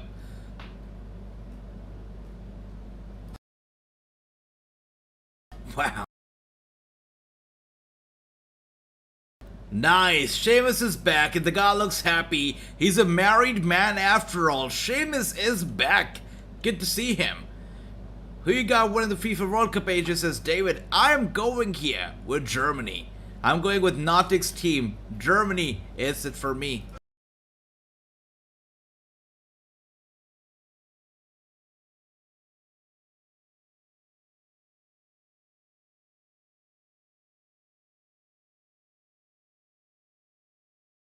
That is funny. Alright, so the microphone botched, the microphone glitched out, and Roman Reigns had to bring it up. He started laughing. He said, you cannot even bring the microphone to work. You really think you gotta be able to beat me? I love that. I love that Roman Reigns actually mentioned the glitch here from the microphone. That was funny. That was funny. Love that, Andrew. You hearing AJ, bro? That's right. Love it, David. Good to see you. Sheamus versus Reigns. Okay, I know, true. I know how you feel. This feels very, very mid. Right? This feels mid because honestly, we've seen some spectacular feuds. Some spectacular. Wait a second. Holy crap, Drew McIntyre is back from India? That's nice.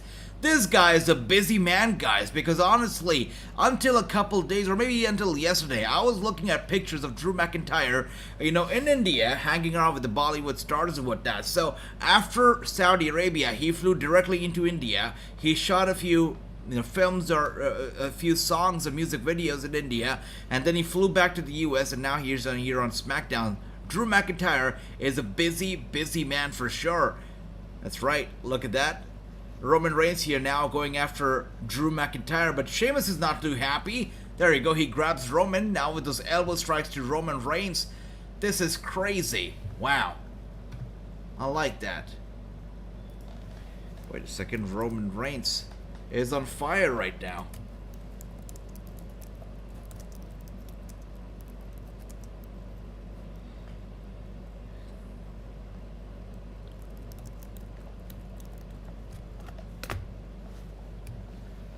Crazy. What a way to end the show. So how do you feel about the last segment, guys? The way that they're closing the show tonight. Are you impressed? Not too impressed? Let me know how you're feeling. And with that being said, is the show over? The show is over just like that for me. Did it get over a bit too early? Wait a second, what is going on here? So the show just blacked out for me, out of nowhere, and we have now gone to a commercial. What is happening? Did this really happen to me, or is it happening across the globe right now? Because that was a very abrupt end to the whole brawl, and we have just gone to a commercial now. So I really wonder what's happening. Let me know, guys. So is it over? Well, it seems like it's over. Okay, Kington says AEW time to switch. Alright, so it seems like the show got over a minute prior to it actually. Wow, that's nice. So tonight's show was not exactly 30 minutes, it was about 28 minutes or so. And that ending was certainly very abrupt.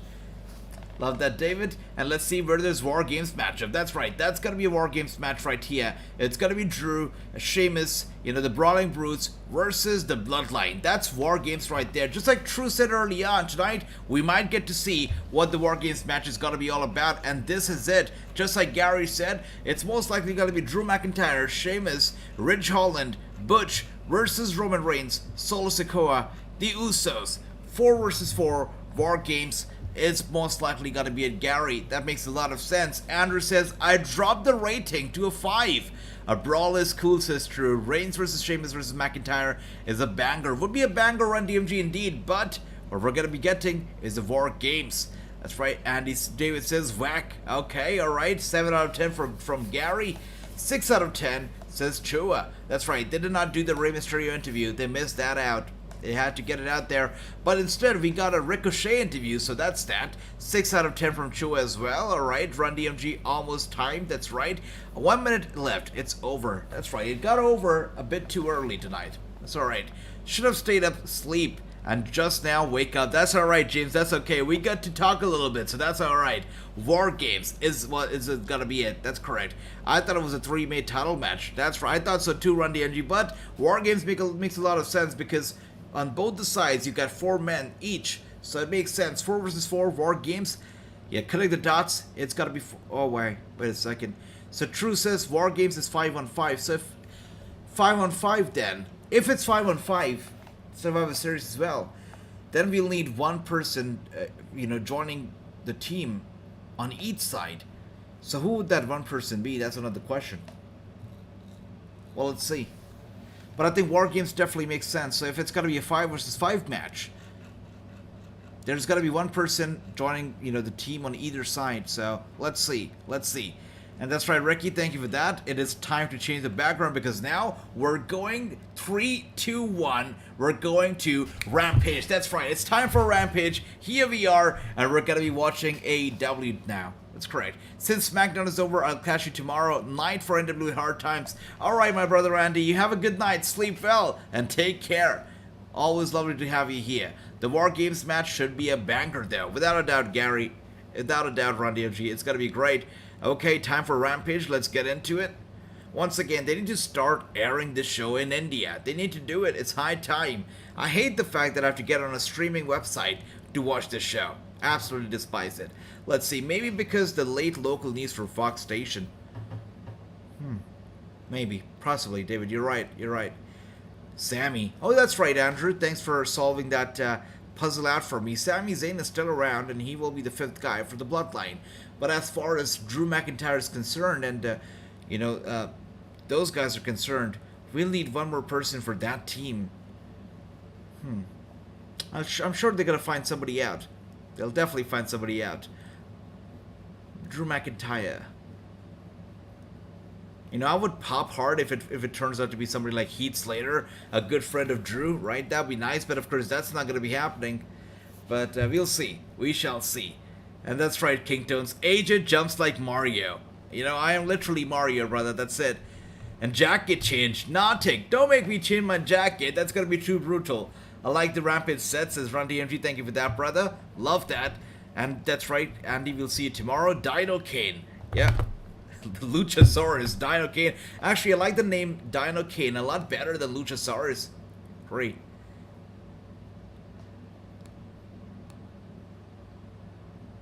And David says, call Tony Khan. Tony Khan.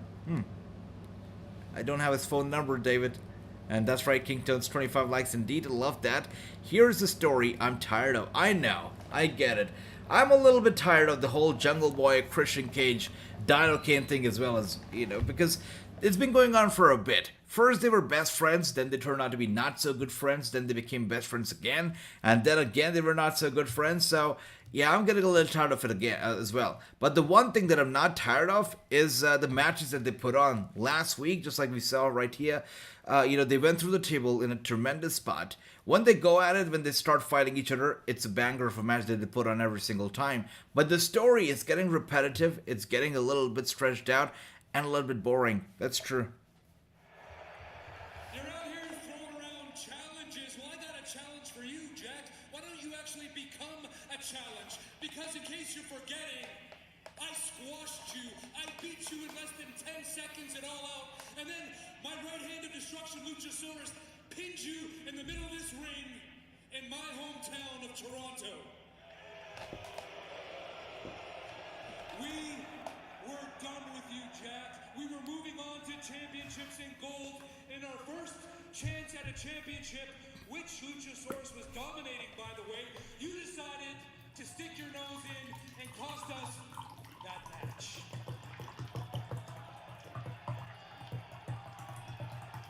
So you are out here right now to bitch and to whine and to complain because I cost you one match. Is that right? One match. When the two of you have cost me everything. All right. My friendships. Two of the most important matches of my entire life. You wasted 3 years of my life that I will never... Our Jungle Boy here, out here talking like a man, not like a boy, but a man. He says, you guys are here to be the B word and to moan because I cost you one match. Well, you guys very well cost me my friendship. You cost me the biggest matches of my life. And Jungle Boy here just absolutely not happy at all. All right, so, yeah, thank you for that reminder, King Tones. Yes, I'm going to change the title right now. Thank you for reminding me. What would I do without you guys? Thank you. All right, so I've just changed the title. Thank you for that. And with that being said, let's get back to Rampage. All right, let's see what else do we have here. We've got, for Women War Games, for Damage Control needs one for Bianca, Alexa, and Asuka, and then 2 for War Games. That's right, Ricky. The whole War Games pay-per-view is far from set. You know, there's a lot of stuff that they still have to do. Yeah, I think for Bianca and Alexa, it's got to be Candice LeRae joining them without a doubt, because Candice LeRae undoubtedly has War Games experience, right? She's been in NXT, she's seen the world, she knows exactly what the War Games is all about, so I think she has the experience needed to make the match worth it, to make it beautiful, to make it memorable. So I think Candice LeRae will be there in the War Games match, but only time will tell. And as we see right here, that you're not gonna go away no matter how many times I put you down. So we're gonna have to put you down for good. So guess what? We accept Full Gear. The one last match. Hopefully, this is gonna be the last one. Just do me a favor. Make sure your mom is cozied up ringside like she usually is at all the pay-per-views. But make sure this time she realizes once and for all that thankfully you have your father's Hollywood good looks. Wow. Because just like your father, you're all looks. Wow. So Christian, again, getting personal, right? Getting personal, bringing up his mother, bringing up his father, saying that you should be thankful that you got your father's good Hollywood looks, because just like your dad, you're only looks and looks. That's it. And Jungle Boy, of course, not happy. Luchasaurus taking him out, ripping his t-shirt apart, and hitting him in the back. And now with the steel chair, this guy, Luchasaurus, is an animal, unhinged, unchained. He's angry. Christian Cage, once again, grabs the steel chair. Looks like he's got some evil intentions in his head right now. Luchasaurus chokeslams Jungle Boy through the steel chair, taking him out just like that. Does Jungle Boy have any acting experience like his daddy? I don't believe so. I mean, nothing that I've heard of when it comes to Jungle Boy. I don't think that he's done any acting. I don't think that he has been on TV or films just yet. Don't think so. Of course, he's on TV with Rampage, but Hollywood? I don't think so, Gary. Let's see what else do we have here. The Elite wrestling at Full Gear. Well, the Elite will be back at Full Gear. Kenny Omega, Young Bucks are coming back. I don't think they're going to be wrestling, but they will come back, and that's going to be a movement that, the fans are looking forward to very eagerly itself. So, that's that. Edge should join AEW. WWE storylines are old now. Wow. So, King Tone's big statement right there that Edge should join AEW. But the thing with Edge is that this guy's always been a WWE guy, right? WWF, WWE. He's been with them through decades and decades. He's a celebrated WWE Hall of Famer. So, if there's one person that I don't expect to go to AEW, it's Edge, or the likes of Edge. I don't think he's going to go there. I think he's going to be a WWE loyalist forever. That's what I feel. And I think tomorrow Run DMG pay-per-view at 5 p.m. Pacific time. So the pay-per-view, Hard Times 3, it kicks off. The pre-show kicks off at 7 p.m. Eastern, but the main show kicks off at 8 p.m. Eastern. That's what's going down. Hard Times 3 is going to be great, indeed. And thank you for that, Ricky. I did rename the stream just now. Thank you. Just purchased full gear on satellite again for Get BR. I know BR has a lot of problems. I've heard that Bleacher Report has a lot of trouble. So good on you, brother. Satellite is a lot better for sure. And here we are. It is. What an entrance. I love the pyro that's going off right there. Nice. So the Machine is making his way out right here with Prince Nana. Brian Cage here to make a statement. I love the fact that we have started to seeing a lot of Brian Cage on television. There was a period where Brian Cage was almost gone. We barely saw him, but now we see him week after week, and I love that. Let's keep this guy on TV because this guy is not just all looks, he's also got talent. I like Brian Cage. You know, there was a time when I always used to say that the guy is stiff. He's a super stiff worker. He barely moves his arms, his shoulders barely move. He's like a robo. But now I say it that he's improved a lot. He looks like a walking, talking Johnny Bravo, but still. You know what? He's entertaining. I like this guy. I like seeing him on TV, so hopefully he stays here. But let me know if anybody here is a Brian Cage fan or you guys like to see him on TV. Let me know. And Tony says, I'm sticking around because I'm watching both AEW Rampage on cable and NXT Level Up on my laptop. I love that, Tony. Yeah, NXT Level Up. How do you like the show, Tony? How do you like Level Up? You know, when this show started off, we did do combined watch-alongs for Rampage and Level Up, but not a lot of people care about Level Up, so I just stopped. But let me know if you like Level Up, if you like enjoying watching it. And thank you, King Tones. You're the man. You're the man. And as we see right here, Dante Martin goes flying in. Nice springboard on Brian Cage. Brian Cage with the reversal. Grabs Dante Martin mid-air. Nice. And now he's lifting. Look at this guy. He's deadlifting with Brian this guy Dante Martin in his arms. Dante Martin trying to get away. Now with those kicks to Brian Cage's leg. Brian Cage though grabs him by the throat. Dante Martin gets away one more time. Elbow strikes to Brian Cage. Once again, a big elbow strike, just shaking up Brian Cage's foundation. And another elbow strike yet again. Dante Martin going for it one more time. Brian Cage, though, was going to go for the clothesline. Dante Martin with a nice dodge, drop kick, throws Brian Cage out the ring just like that. That's right, Hard Times, it's got to be tomorrow. Nyland Paxley wins, says Tony. That's nice. Ivy Nyland, Talon Paxley. That's sweet. Dante Martin, my favorite, says Tony. Oh, I love Dante as well. He's great. He's super talented. And there you see it, Brian Cage looking to kill him. Big suplex in the ringside. And Dante Martin right now screaming out in pain, in agony. That's nice. Chua, that's nice. 49ers versus Chargers on Sunday night. Sounds amazing. Have a good time. Cage to win is true, and I think it's going to be Cage to win as well. I think it's going to be Cage. Absolutely. I love NWA Hard Time for tomorrow, but no one watch NWA Hard Time all drama early week. Yeah, we know that the drama with Nick Aldis was crazy, right? We did check that out. The funny part about... Alright, so I probably shouldn't be saying this, but... I probably should be saying this, I don't know, but... the funny part about the NWA Hard Times, because we're family, so we can say it. I can tell you guys about this because, we're family.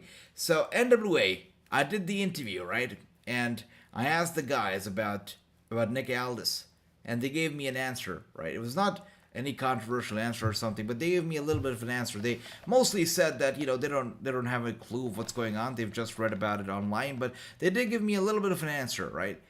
And later on, I got a request to remove that part from the interview. So they want no mention of Nick Aldis whatsoever. Yeah, that's it. That's that. So it is what it is. So anyways, let's see what else do we have here. Nick Aldis would have been the guy to be on the show if he would have not been, released or suspended. I'm sorry. He would have been the guy to have appeared on the podcast because that was the initial plan. But of course, Nick has now been suspended.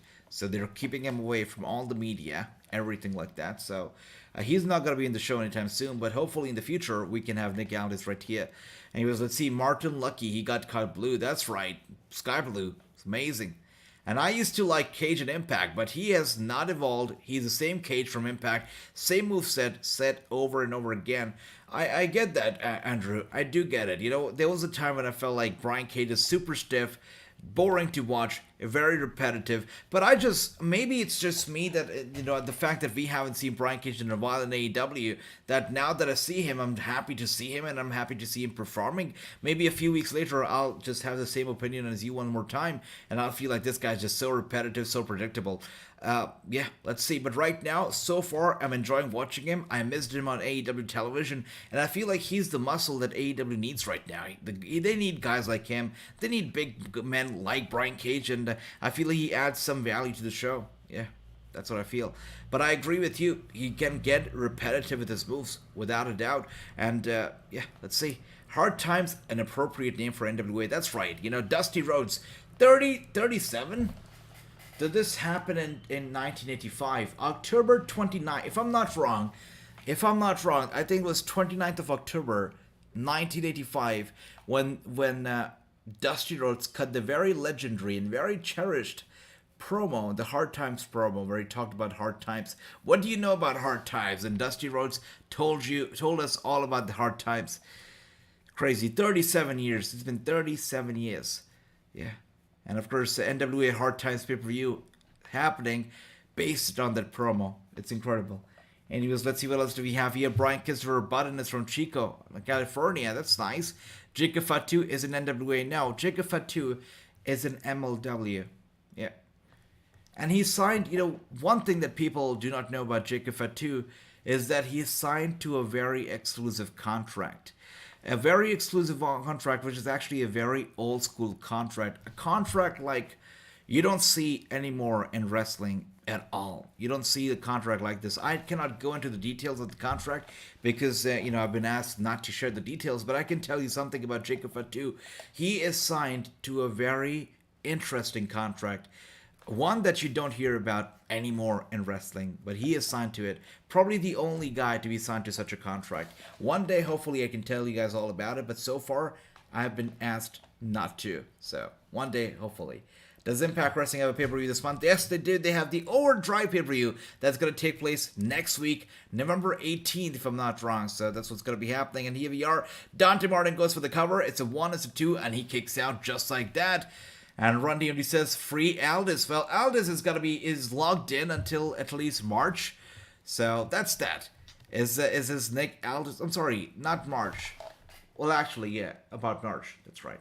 Let's see what else do we have here. Is this Nick Aldis mentioned as out of your interview? It's out. Yeah, it's out. We could not include that part in the interview. That's right. Thank you for that, brother. And once again, thank you, King Tones. Thanks for the support. Ron DMD says, I've seen Jacob Fatu wrestle live. He's a beast. He's an incredible guy. And, you guys probably know this already because I shared this with you early on. The guy is one of the very few men in this entire world that does not use a smartphone. Literally, the only phone that he uses is like a very old Nokia phone, the one that you can only use to make phone calls and nothing else. He uses that kind of a phone. Yeah. And here we are one more time. Brian Cage taking on Dante Martin just like that, going for the cover. It's a 1, it's a 2, and Dante Martin with a kick out. The match continues. Did not see that coming. Honestly, I thought that was it for Martin. I thought he was going to get squashed, going to get pinned. But he kicks out, showing determination, showing that he's still got a lot of life left in him, a lot of courage left in him. Dante Martin refusing to give up just yet. Brian Cage lifts him up, gets him in position, looking to put him away for good once again, and he plants him down hard, face first, into the mat. Going for the cover on Martin. It's a 1, a 2, and a 3. With that being said, Brian Cage just proving his dominance yet again, gets a big victory over Martin. Wow, nice, good job here. And this match was about this match was about 15 minutes long. Overall, we're done with about 20 minutes of the show, and really, the 20 minutes flew by. I'm loving the show so far. I think it's great. Dang was wanting Martin move on. That's right. I would have loved it too, but no. Martin loses the match, and Brian Cage moves on.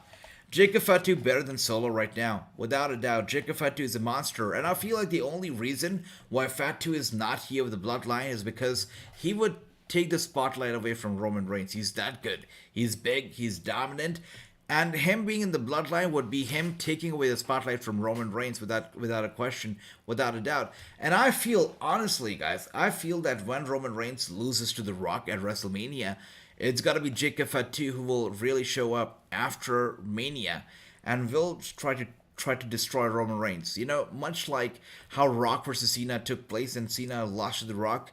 And soon after, the night after, we got Brock Lesnar returning and destroying Cena. I think that could be happening with Roman Reigns. Roman Reigns versus Rock happens. Roman Reigns loses to The Rock.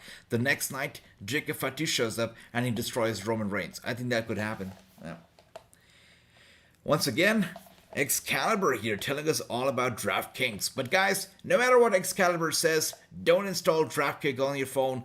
Don't go to the DraftKings website. Do not gamble. It's not worth it. Save your money. This thing is a scam. Do not go for it. By the way, speaking of scams, guys, a question to all of you. Who over here believes in cryptocurrency, believes in NFTs? Anybody here who believes in the concept of buying and selling NFTs?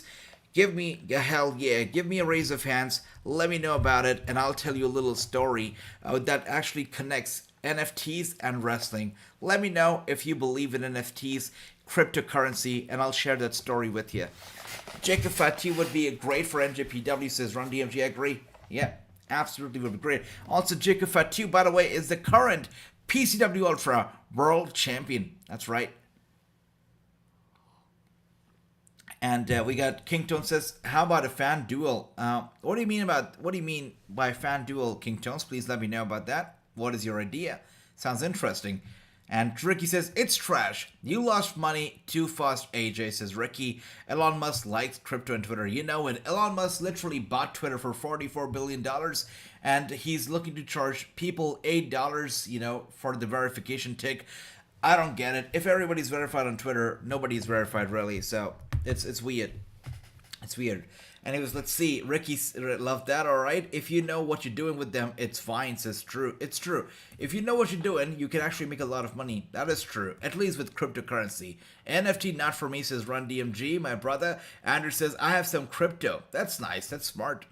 And now coming back to the topic of crypto NFT. So as you guys know, the Bull Ape Planet was a little, or should I say, major NFT organization that was established by the Authors of Pain. The Authors of Pain got on my podcast. They messaged me up front because they wanted to be on the podcast and they wanted to talk about the Bull Ape Planet. They messaged me a couple times asking me to promote Bull Ape Planet as well. And I obliged because, they're the Authors of Pain. They were being nice, and, why not? Sure, I'll oblige. But it's very sad and very unfortunate to see the current situation of Bull Ape Planet. It was a platform which would basically sell, NFTs. And the current situation is that the Discord server, which was basically the hub of Bull Ape Planet, has been abandoned. Both Zim as well as Akam and Razor, both of them have left the Discord server themselves. The moderators have left the Discord server. They have all left the server.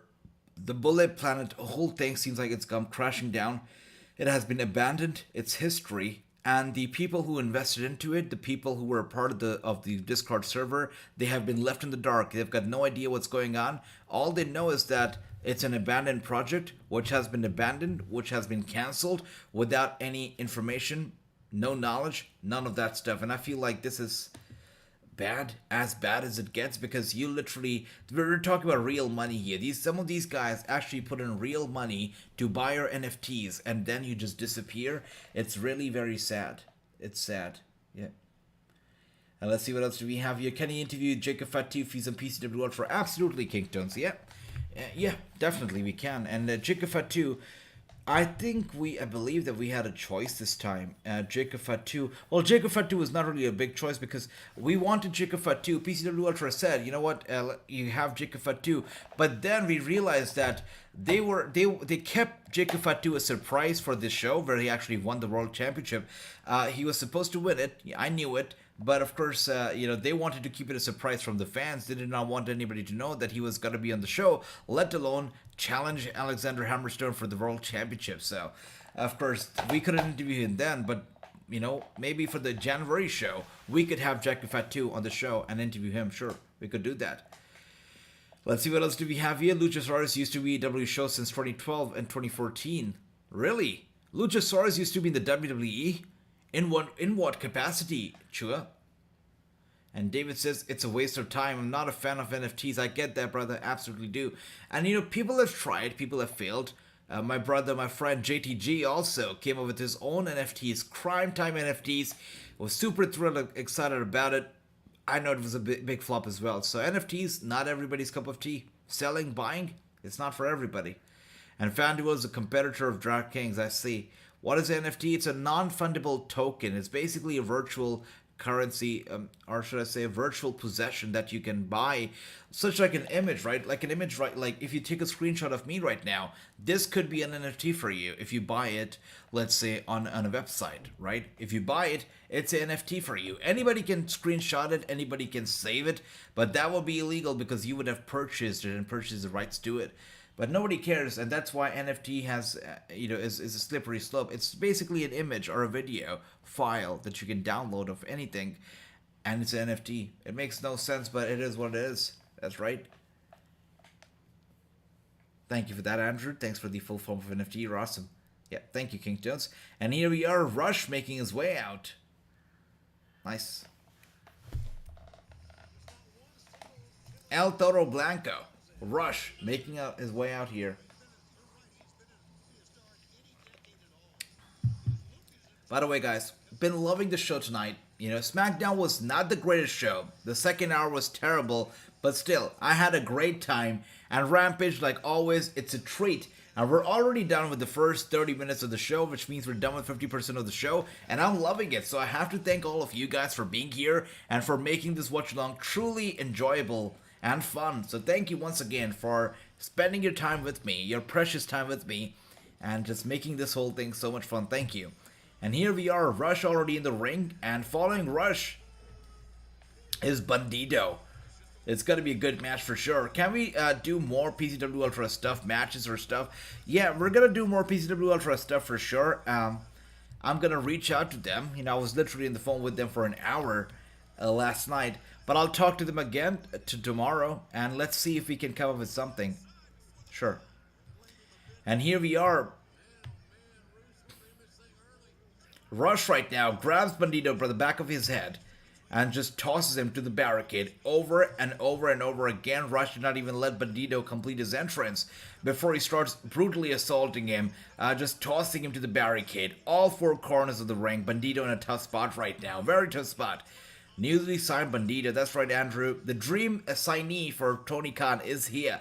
True says, Rush to win. It all depends on how you utilize the blockchains. You have to pay attention, just like with the stock market. Risk only what you're comfortable with. That is very, very valuable advice from True.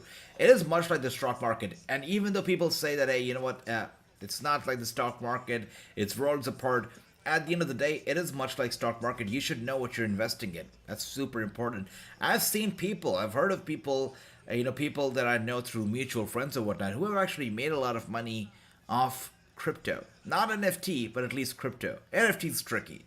And once again, here we are. Rush right now is choking out Bandido. He's grabbed the ropes, and he just tied the rope right there around the neck of Bandido. The throat of Bandido, and was looking to choke him out. That is crazy. And King Tones here with the big old eyes for Bandido. Nice, King Tones. Nice. Luchasaurus NXT with Corey Graves. The B team of Briley Priest and CJ Parker. Thanks for that show. Thank you. And Dave AJ, I just got a gift of DraftKings on YouTube. I told you, King Tones, stay away from DraftKings. That's right. And once again, Rush here, laughing, smiling as he walks around the ring. Bandido still down in a tough spot. Yeah, True says, I thought he was fighting Tenton. I thought so too, but no, instead, he's fighting Rush. Must have been a last minute change or something. Does Karrion Kross have Twitter? He does. Karrion Kross indeed has Twitter. Yeah, he's an awesome guy.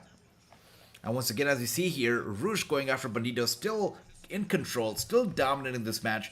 Bandido in a tough spot. Holding nothing back right here.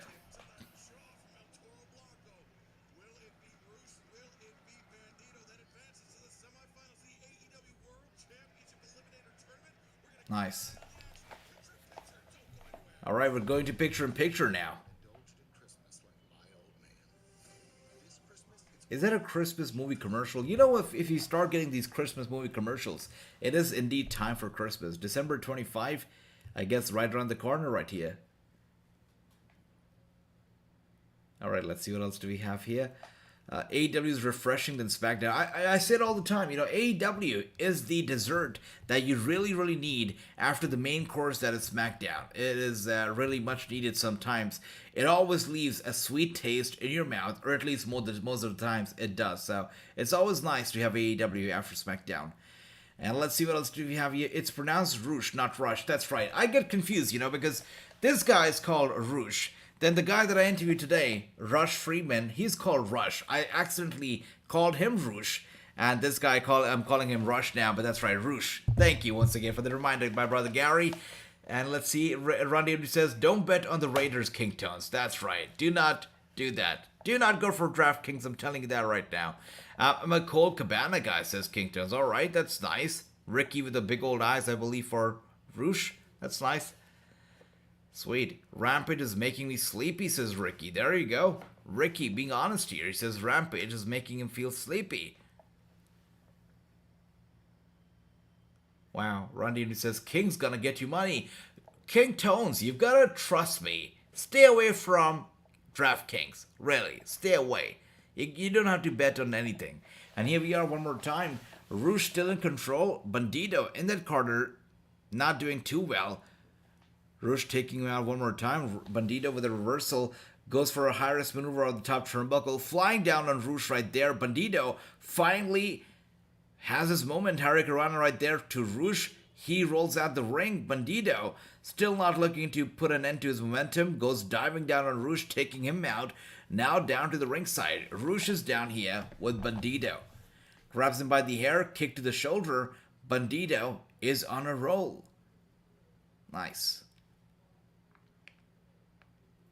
Seems like he's got to go for it one more time. Going to go for a high-risk maneuver.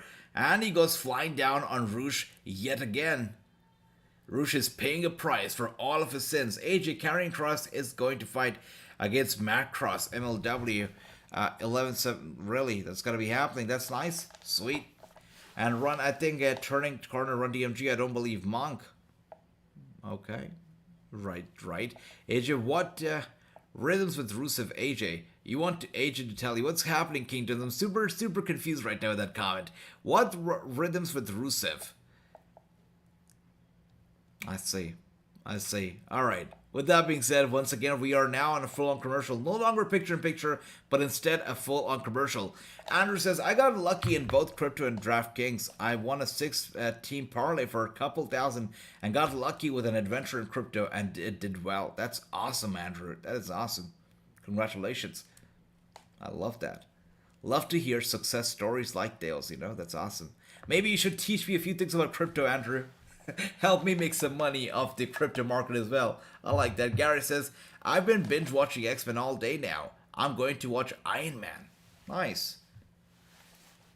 And going for the cover, Bandido going for the cover on Roosh. Roosh for the kick out. Looking to take my crypto out and put it in retirement fund.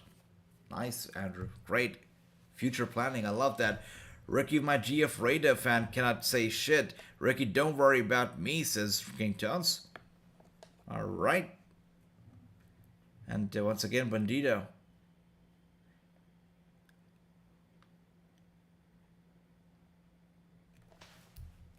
Amigos here, and Bandido gets him up. Look at this. But look, talk about powerful. Look at Wow. I knew that was coming. That was he scouted. Yep. Predictable. Got the knee in. Watch out. Wow. Big chops to the chest of Bandido, followed by a big super kick. Bandido refusing to go down, though. He no-sells the kick, hits him with a knee to the face of Roosh, but Roosh, once again, one step ahead, hits him with a tremendous clothesline, knocking Bandido out just like that. Deadpool 3 till 2024. I'm not a Deadpool fan myself, you know. I try to get behind Deadpool, but honestly, you know, I feel like a bit too explicit for my liking, so... Not a Deadpool fan myself. NFL tough this year, taking the underdogs. Well, NFL, if they have had a tough year already, next year I believe is going to be the birth of XFL, the return of XFL. So NFL is going to be having a tougher year with XFL around next year as well. So let's see how this goes down for them. Slapped in the face of Bandido. Roosh here, absolutely no respect whatsoever, takes Bandido out, goes for the cover on Bandido. It's a 1, it's a 2, and Bandido still kicks out in the nick of time. With that being said, we got 26 minutes left before the show's got to be over. A really nice and sweet show so far, really no problems whatsoever. And Kington says, I don't feel bad for underdog Patriots, Run DMG. Alright, sweet. A lot of football talk going on right now, and of course, in a few days, all we're going to be talking about is football, as in soccer, because, you know, soccer is going to be starting, I believe, this weekend. It's going to be great. It's going to be big. And there you go. Roosh goes to the ropes. Bandido lifts him up in his arms just like that. Wow, powerlifting Roosh. That has got to be impressive. Bandido, showing off his pure strength, lifts him up, puts him down just like that. Going for the cover. I'm pretty sure Roosh is going to kick out of that one. And he does kick out. He does kick out. King Tones, I'm waiting for Deadpool 3. Wolverine's supposed to be in the... So, I am really waiting for the Wolverine game. Since you mentioned Wolverine, I'm super excited about the new Wolverine game that's coming out. It's going to be made by the same developers, behind the Spider-Man game. So, super excited about Wolverine, as well as the new Spider-Man game that's going to come out, I believe, next year. So, really excited. And now we have the back-to-back German suplexes. Rushia with the second German suplex to Bandido. Neither of them really selling the suplexes whatsoever. Bandido now with a change of offense. There you go. Oh my god moment from Bandido to Roosh. And Roosh with a spinning kick to the side of the head, knocking him out. Clean and simple, just like that. Shua says, AJ, Lana was thinking that Triple H was going to hire her. You know, it's funny. Lana. I don't know. They don't need her. Honestly, they don't need Lana because Lana cannot wrestle. Let's be honest. She is not a wrestler. She cannot wrestle. So it was okay to have her around as long as she was the mouthpiece for Rusev. But now, we don't need Lana. And WWE does not need Lana, especially without Rusev. There is no point in having her. That's the truth. And let's see what else do we have here. AJ, question of the night. What's your favorite Rock movie? Now, it's hard that you ask me about a Rock movie because I've said this before. I'm not really a big fan of wrestlers in films. Just never have been. Except for a few exceptions, that, you know, for sure. But for The Rock, as far as he's concerned, wow. I think The Scorpion King counts as a Rock film. So I'm going to say The Scorpion King without a doubt. I used to be a big fan of the franchise. You know, the whole mummy stuff. Loved it. So, yeah, that's it for me. Rush still refusing to give up right here. Look at this.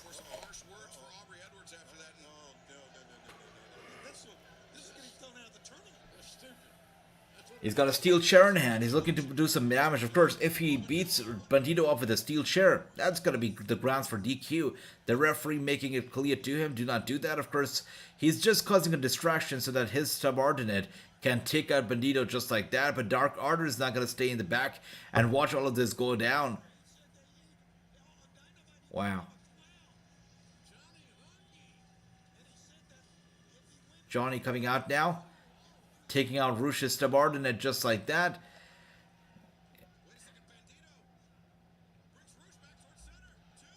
Wow, the match is over just like that. All right, Bandido here, picking up a big victory. Good for him. Good for him. Bandido wins big. Thanks to Johnny from the Dark Order.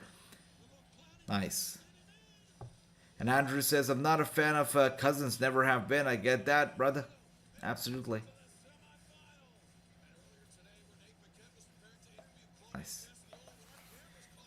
Anyways, we still have about 20 minutes left before the show's got to be over. But first, we go to the backstage for an interview with Renee Young, Renee Paquette. Of course, Claudio is second. We were a great team once. You can't deny that.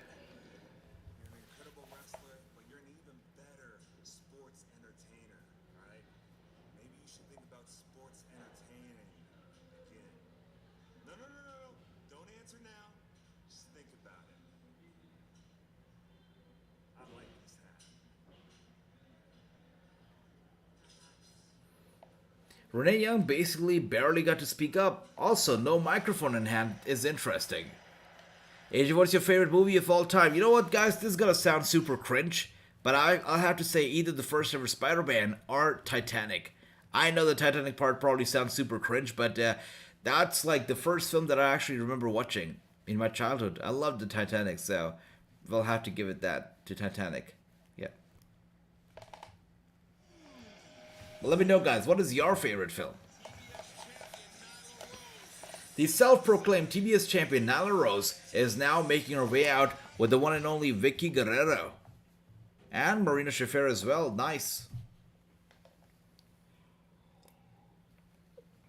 Of course, at Full Gear, it's going to be champion versus self-proclaimed champion. Nyla Rose is going to take on Jade Cargill. The winner of the match is going to be our unified champion, TBS champion. That's right. How quickly will we see Jade Cargill coming in? I think it's going to take like 5 minutes. But she's going to be here for sure. Kyla Sparks is wrestling Nyla Rose here tonight. That is interesting. Okay, let's go. Going at it right now is going to be Kayla versus Nyla.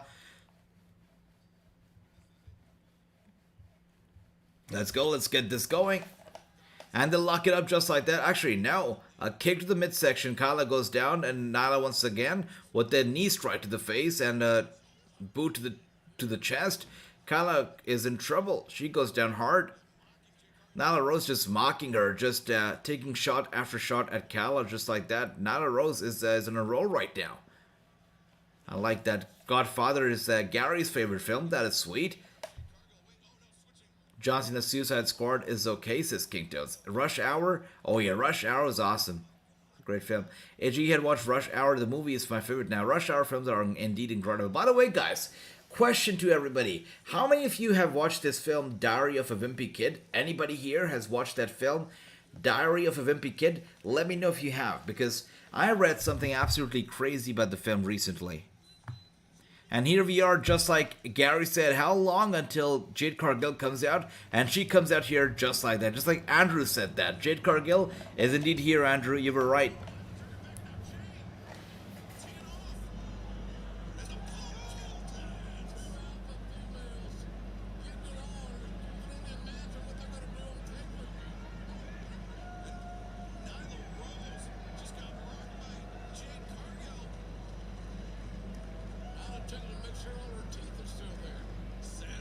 Wow.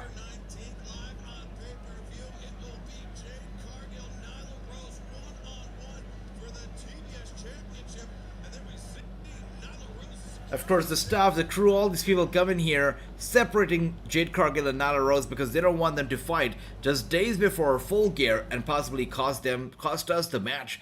And Chua says, my favorite is Spider-Man No Way Home. That is sweet, brother. That is sweet. What about what, King Tones, my brother? What happened? And with that being said, we go to a commercial just like that. Lots of commercials tonight for sure. But hopefully this is going to be the last one. We've got about 18 minutes left, and we're already going to be going to the main event of the night. Orange Cassidy is going to be defending his All-Atlantic Championship yet again tonight. And yeah, before that, we go to a commercial. And this might not be the last one because we've still got 18 minutes left, which means a commercial and most likely a picture-in-picture coming up. Yeah. All right. Still on commercial. Let's see. King Tone says, I like Spider-Man 3. Wimpy Kid. Yes, the Wimpy Kid. The Diary of a Wimpy Kid. A little kid in that film, right? Diary of a Wimpy Kid. He's in some big trouble because of the horrendous stuff that he did recently. His own mother was actually playing the piano when he approached her from behind and just shot her in the head. Following which, he had some more evil intentions in his head, but of course he couldn't pull through because instead of doing anything crazy, he just drove to the precinct, the police station, and told them about his sin, and he's been behind the bars ever since. Yes, that's right. And once again, we are still on commercial, guys.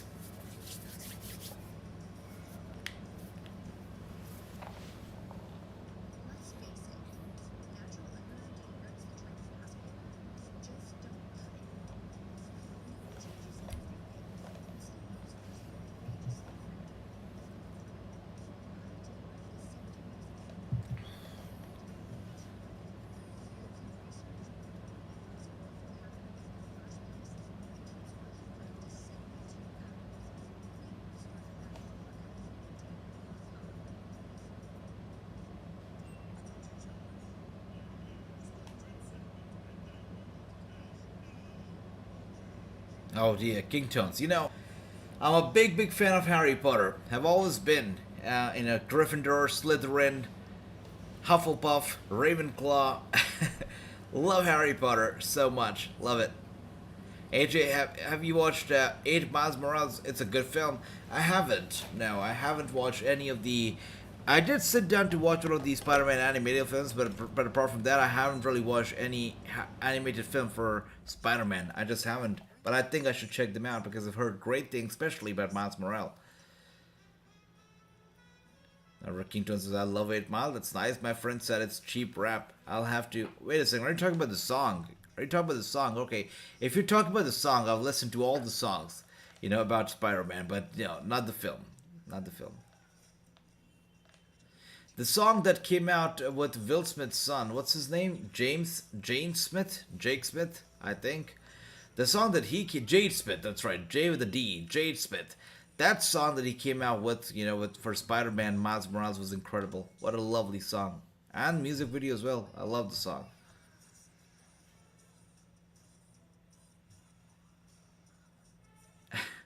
And Gary says, never seen any of the Harry Potters. Is it a religious thing? You have not checked out Harry Potter, Gary? That's okay. Harry Potter is basically a world of sorcery, right? It's all about a group of students that get handpicked to attend the School of Magic, the School of Witchcraft and Wizardry. And yeah, we see a lot of different stuff happening. Some villains, some good people, some bad energy. Yeah, so I really highly recommend you guys to check it out. Gary, definitely check it out. I think you're gonna love it. Harry Potter is a great film indeed. Great series indeed. Wait a second.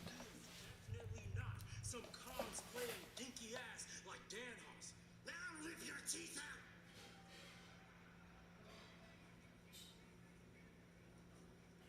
Looks like there's been enough talk. Whoa, whoa, whoa. Get orange. I got it. Well, look like there's been enough talk. It's Wow. time for the main event. And Mark Henry says, enough talk now. It is time for the main event. And next week, we're going to be hearing from the one and only AEW World Champion, Jon Moxley. Might be the last time we actually hear from him as the World Champion because, you know what? Upcoming weekend, we're going to be seeing MJF versus Moxley for the AEW World Champion. And Moxley might actually drop the title to MJF next week. And so we'll see how this goes. Witchcraft and Sorcery, that's why I've never seen it, says Gary. Oh, you don't watch any films that's like, it has anything to do with Witchcraft and Sorcery? Okay, Gary.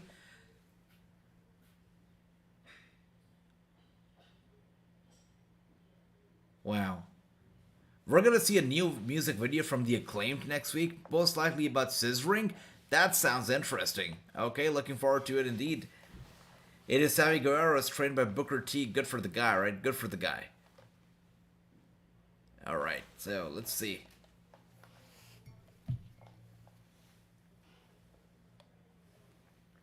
I love the graphics for Full Gear that they've used though. Every single match card graphic is incredible. Tony Storm versus Jamie Hayter is going to be a banger of a match. Cannot wait for it. Really cannot wait for Tony versus the one and only. It's going to be a great match.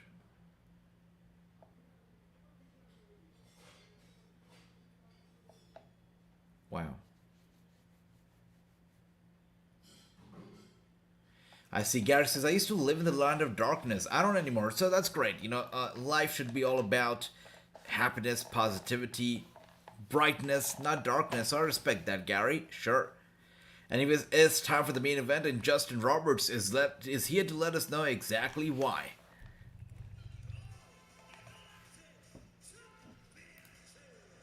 And thank you, King Tones. You're awesome. With that being said, who's gonna come out first?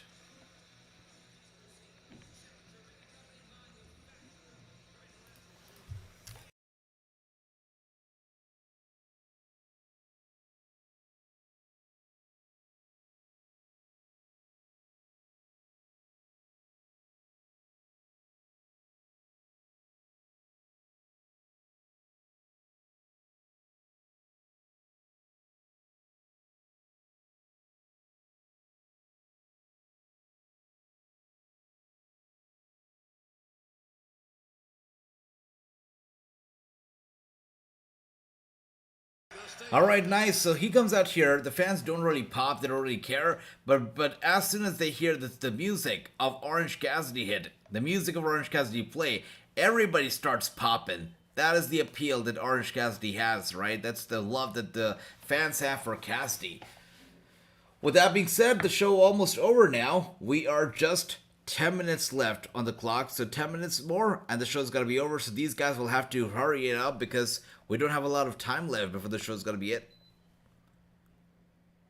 So for King Tones, I'm gonna give tonight's AEW Rampage a 7 out of 10. It's a nice and sweet show, but nothing too crazy. So I'm gonna give it a 7 out of 10 so far. Let me know though, what do you give to the show? And here we are, a doppelganger sitting in the audience wearing the same clothes, the same outfit as Orange Cassidy. But the one thing that he doesn't have is the backpack of Cassidy in which he carries the World Championship. That's right.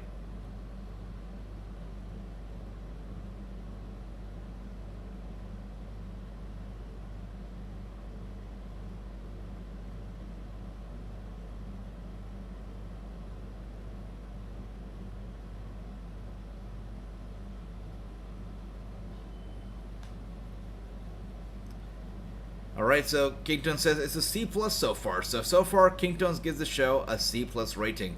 I don't blame you. I feel like it's a sweet show, but not too crazy. Nothing big really happened tonight. Good matches. That's it. Alright. Let's do it. Cassidy grinding his teeth before he starts things off here. This will be interesting.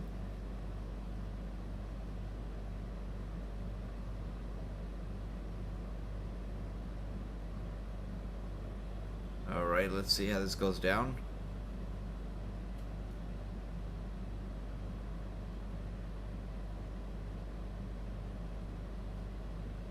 Wow. And Cassidy to win says true. I think so too. There's no way that Cassidy is not winning this match. Orange Cassidy will beat Lee Johnson says true as well. I agree with you guys. Cassidy's gotta win. And thank you once again, True. There you go. Nice dodge here from Lee Johnson. And going for the cover is Cassidy. Kicks out. The match continues. Cassidy has him locked in very tight in the headlock right now. Doing well. That's right. Doing great. And he tries to get out of the headlock and locks Cassidy into headlock himself.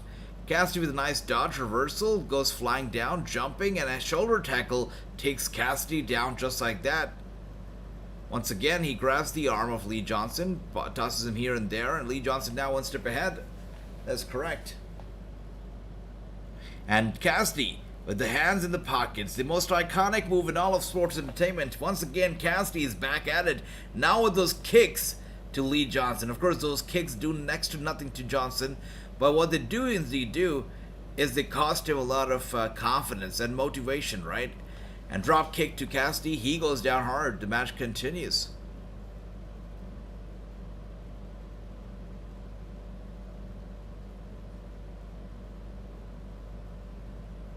Wow. Lee Johnson joining the factory. It would be nice.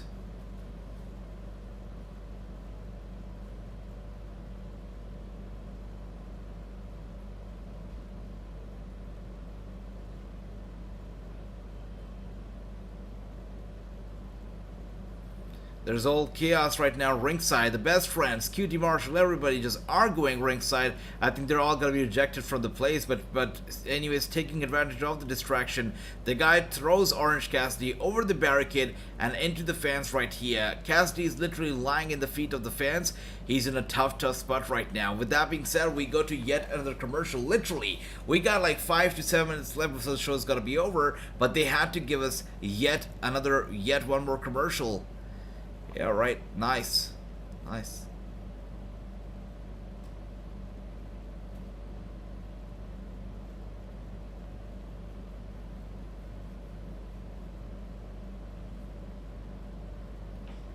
Yeah. Crazy match so far indeed. QT Marshall right now in control, doing pretty damn well. Thank you for that, King Tones. That's right. 2 more likes, guys. 2 more likes. Let's make it happen, just like King Tones says. I wonder where is Brock Anderson? It's been a while, right? Definitely has been. Wow, you brought him up. I did not even think about it for so long. I like that. Yeah, it would be nice to have him back here. Once again, as we see, it seems like somebody's injured and is being held to the back. Hope the injury is not too serious.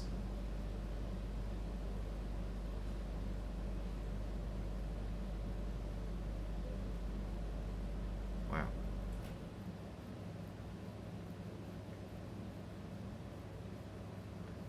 The referee making sure that Cassidy can actually carry on the match, can carry on with the match. But of course, Lee Johnson will not let him rest, will not let him stay down. Kicks to Orange Cassidy, grabs him by the head, pulls him up to his feet, sends him to the corner. Cassidy in some big trouble. Lee with those big hands, punches to the face, and Cassidy tosses down to the mat.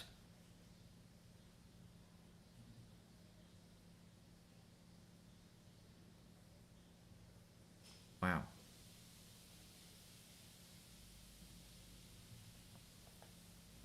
There's a brushing off the shimmer off his body. Lee Johnson right now, super duper confident, oozing confidence, as I like to say right now. And as we see here, 5 more minutes left, only 5 more minutes, and this is going to be all said and done. Lee Johnson looking to suplex Cassidy. Cassidy gets down to his knees, will not go down, will not surrender so easily. Lee Johnson once again was looking to suplex Cassidy. Once again, he goes down to both his knees, will not go down, will not be suplexed so quick. But Cassidy is being overpowered. He's still trying to resist though. Lee Johnson here once again lifts Cassidy up. He gets down one more time. Cassidy once again now trying to lift up Lee Morgan.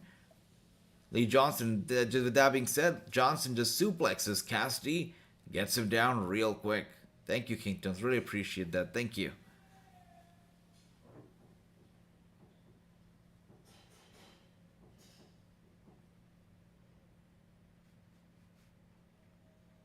Wow.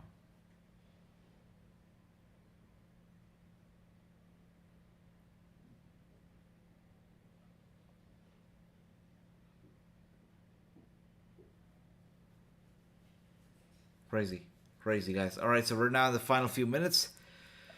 The show so far for me has been about a solid 6 out of 10. Same as SmackDown. I felt like we could have gotten better matches. It was a nice show, but again, no big matches. Not every Rampage has to be super big. This was nice and fun. Just like I said, a nice dessert after the main show, but that's about it.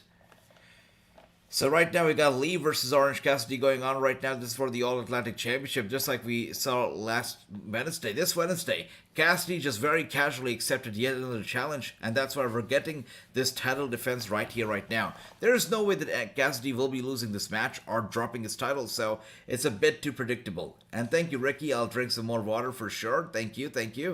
And chili. No, Kingtones, not just sick yet. I told you, we hit 10,000 subscribers, and I'm gonna eat the spiciest, the hottest of chili right here in front of all of you guys. So make sure to share the page, the channel with your friends. Let's get to 10,000 real quick. And Ricky says, Rampage is a boring show. I get that, brother. Not the best. It's time for MJF to get a championship run. Gary, about time. And should happen, without a doubt. 3 more minutes left before Rampage is over. Thank you, Kington. Subscribe for 10,000. Make it happen. That's right. Let's make it happen. And now we have Orange Cassidy climbing the top turnbuckle, looking for the big one. That's right. Crossbody taking out Lee just like that. Going to the ropes. Lee grabs him. And Cassidy, nice offense, nice reversal. Lee looking to suplex him, and he gets him down just like that. Lee right now in control, covering Cassidy, and Cassidy kicks out at 2. Wow.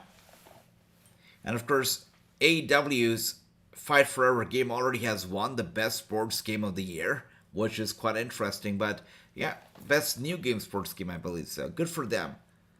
You can still pre-order the game on GameSpot or Amazon.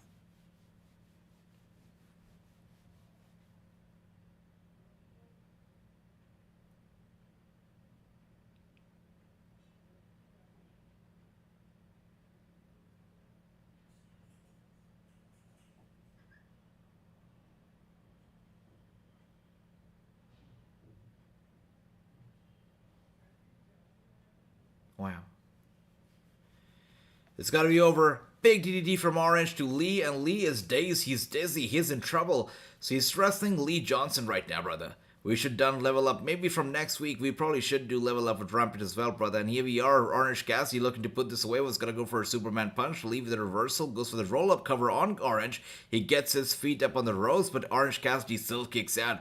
The referee saw the foot on the rope, though, and he was mad about it, but the match still continues. Super kick to Orange. Orange was going to go for the Superman punch. Yet another super kick to Orange Cassidy. Lee Johnson looking to put him away, gets him up. Cassidy gets away, gets up, gets Lee up once again, goes for the cover. This could be it. And Lee Johnson could not kick out. With that being said, Orange Cassidy is still your All-Atlantic Champion. That brings us to an end to AEW Rampage. A show that was decent, right? Not too many matches, but that's okay. That's how Rampage should be. But apart from that, it was a bit too stale. I believe towards the end it got a little bit stale. SmackDown definitely was an average show, but so was Rampage. Overall rating for the night, I'm gonna give it a 6 out of 10. I had fun with all of you. That's why a 6. Otherwise, I would have probably given it a 5. But overall ratings for both the shows combined, a 6 out of 10. That's right. Yeah. But that's the news, guys. The main event of the night is over. The main event was Orange Cassidy versus Lee Johnson. And the match was won by Cassidy, who is still the All-Atlantic Champion. And guys, thank you so much once again for joining me here tonight. It was great talking to you all, as always is. And King Tones gives the show a 5 out of 10. I think that's a very valid score. Definitely. Ricky says, I love SmackDown was better show tonight. I kind of agree. I feel like Rampage, not the best, but that's okay. All right, thank you guys so much once again for joining me here today. As you know, tomorrow we're going to be here to watch NWA Hard Times 3, so make sure to be here.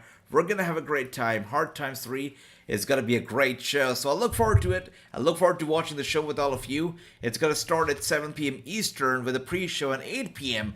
is the main show. We're going to be here for Hard Times 3, and it's going to be awesome.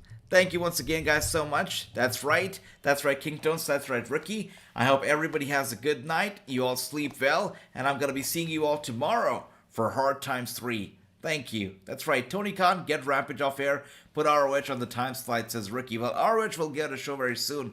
I believe around March of 2023, so let's see how this goes down.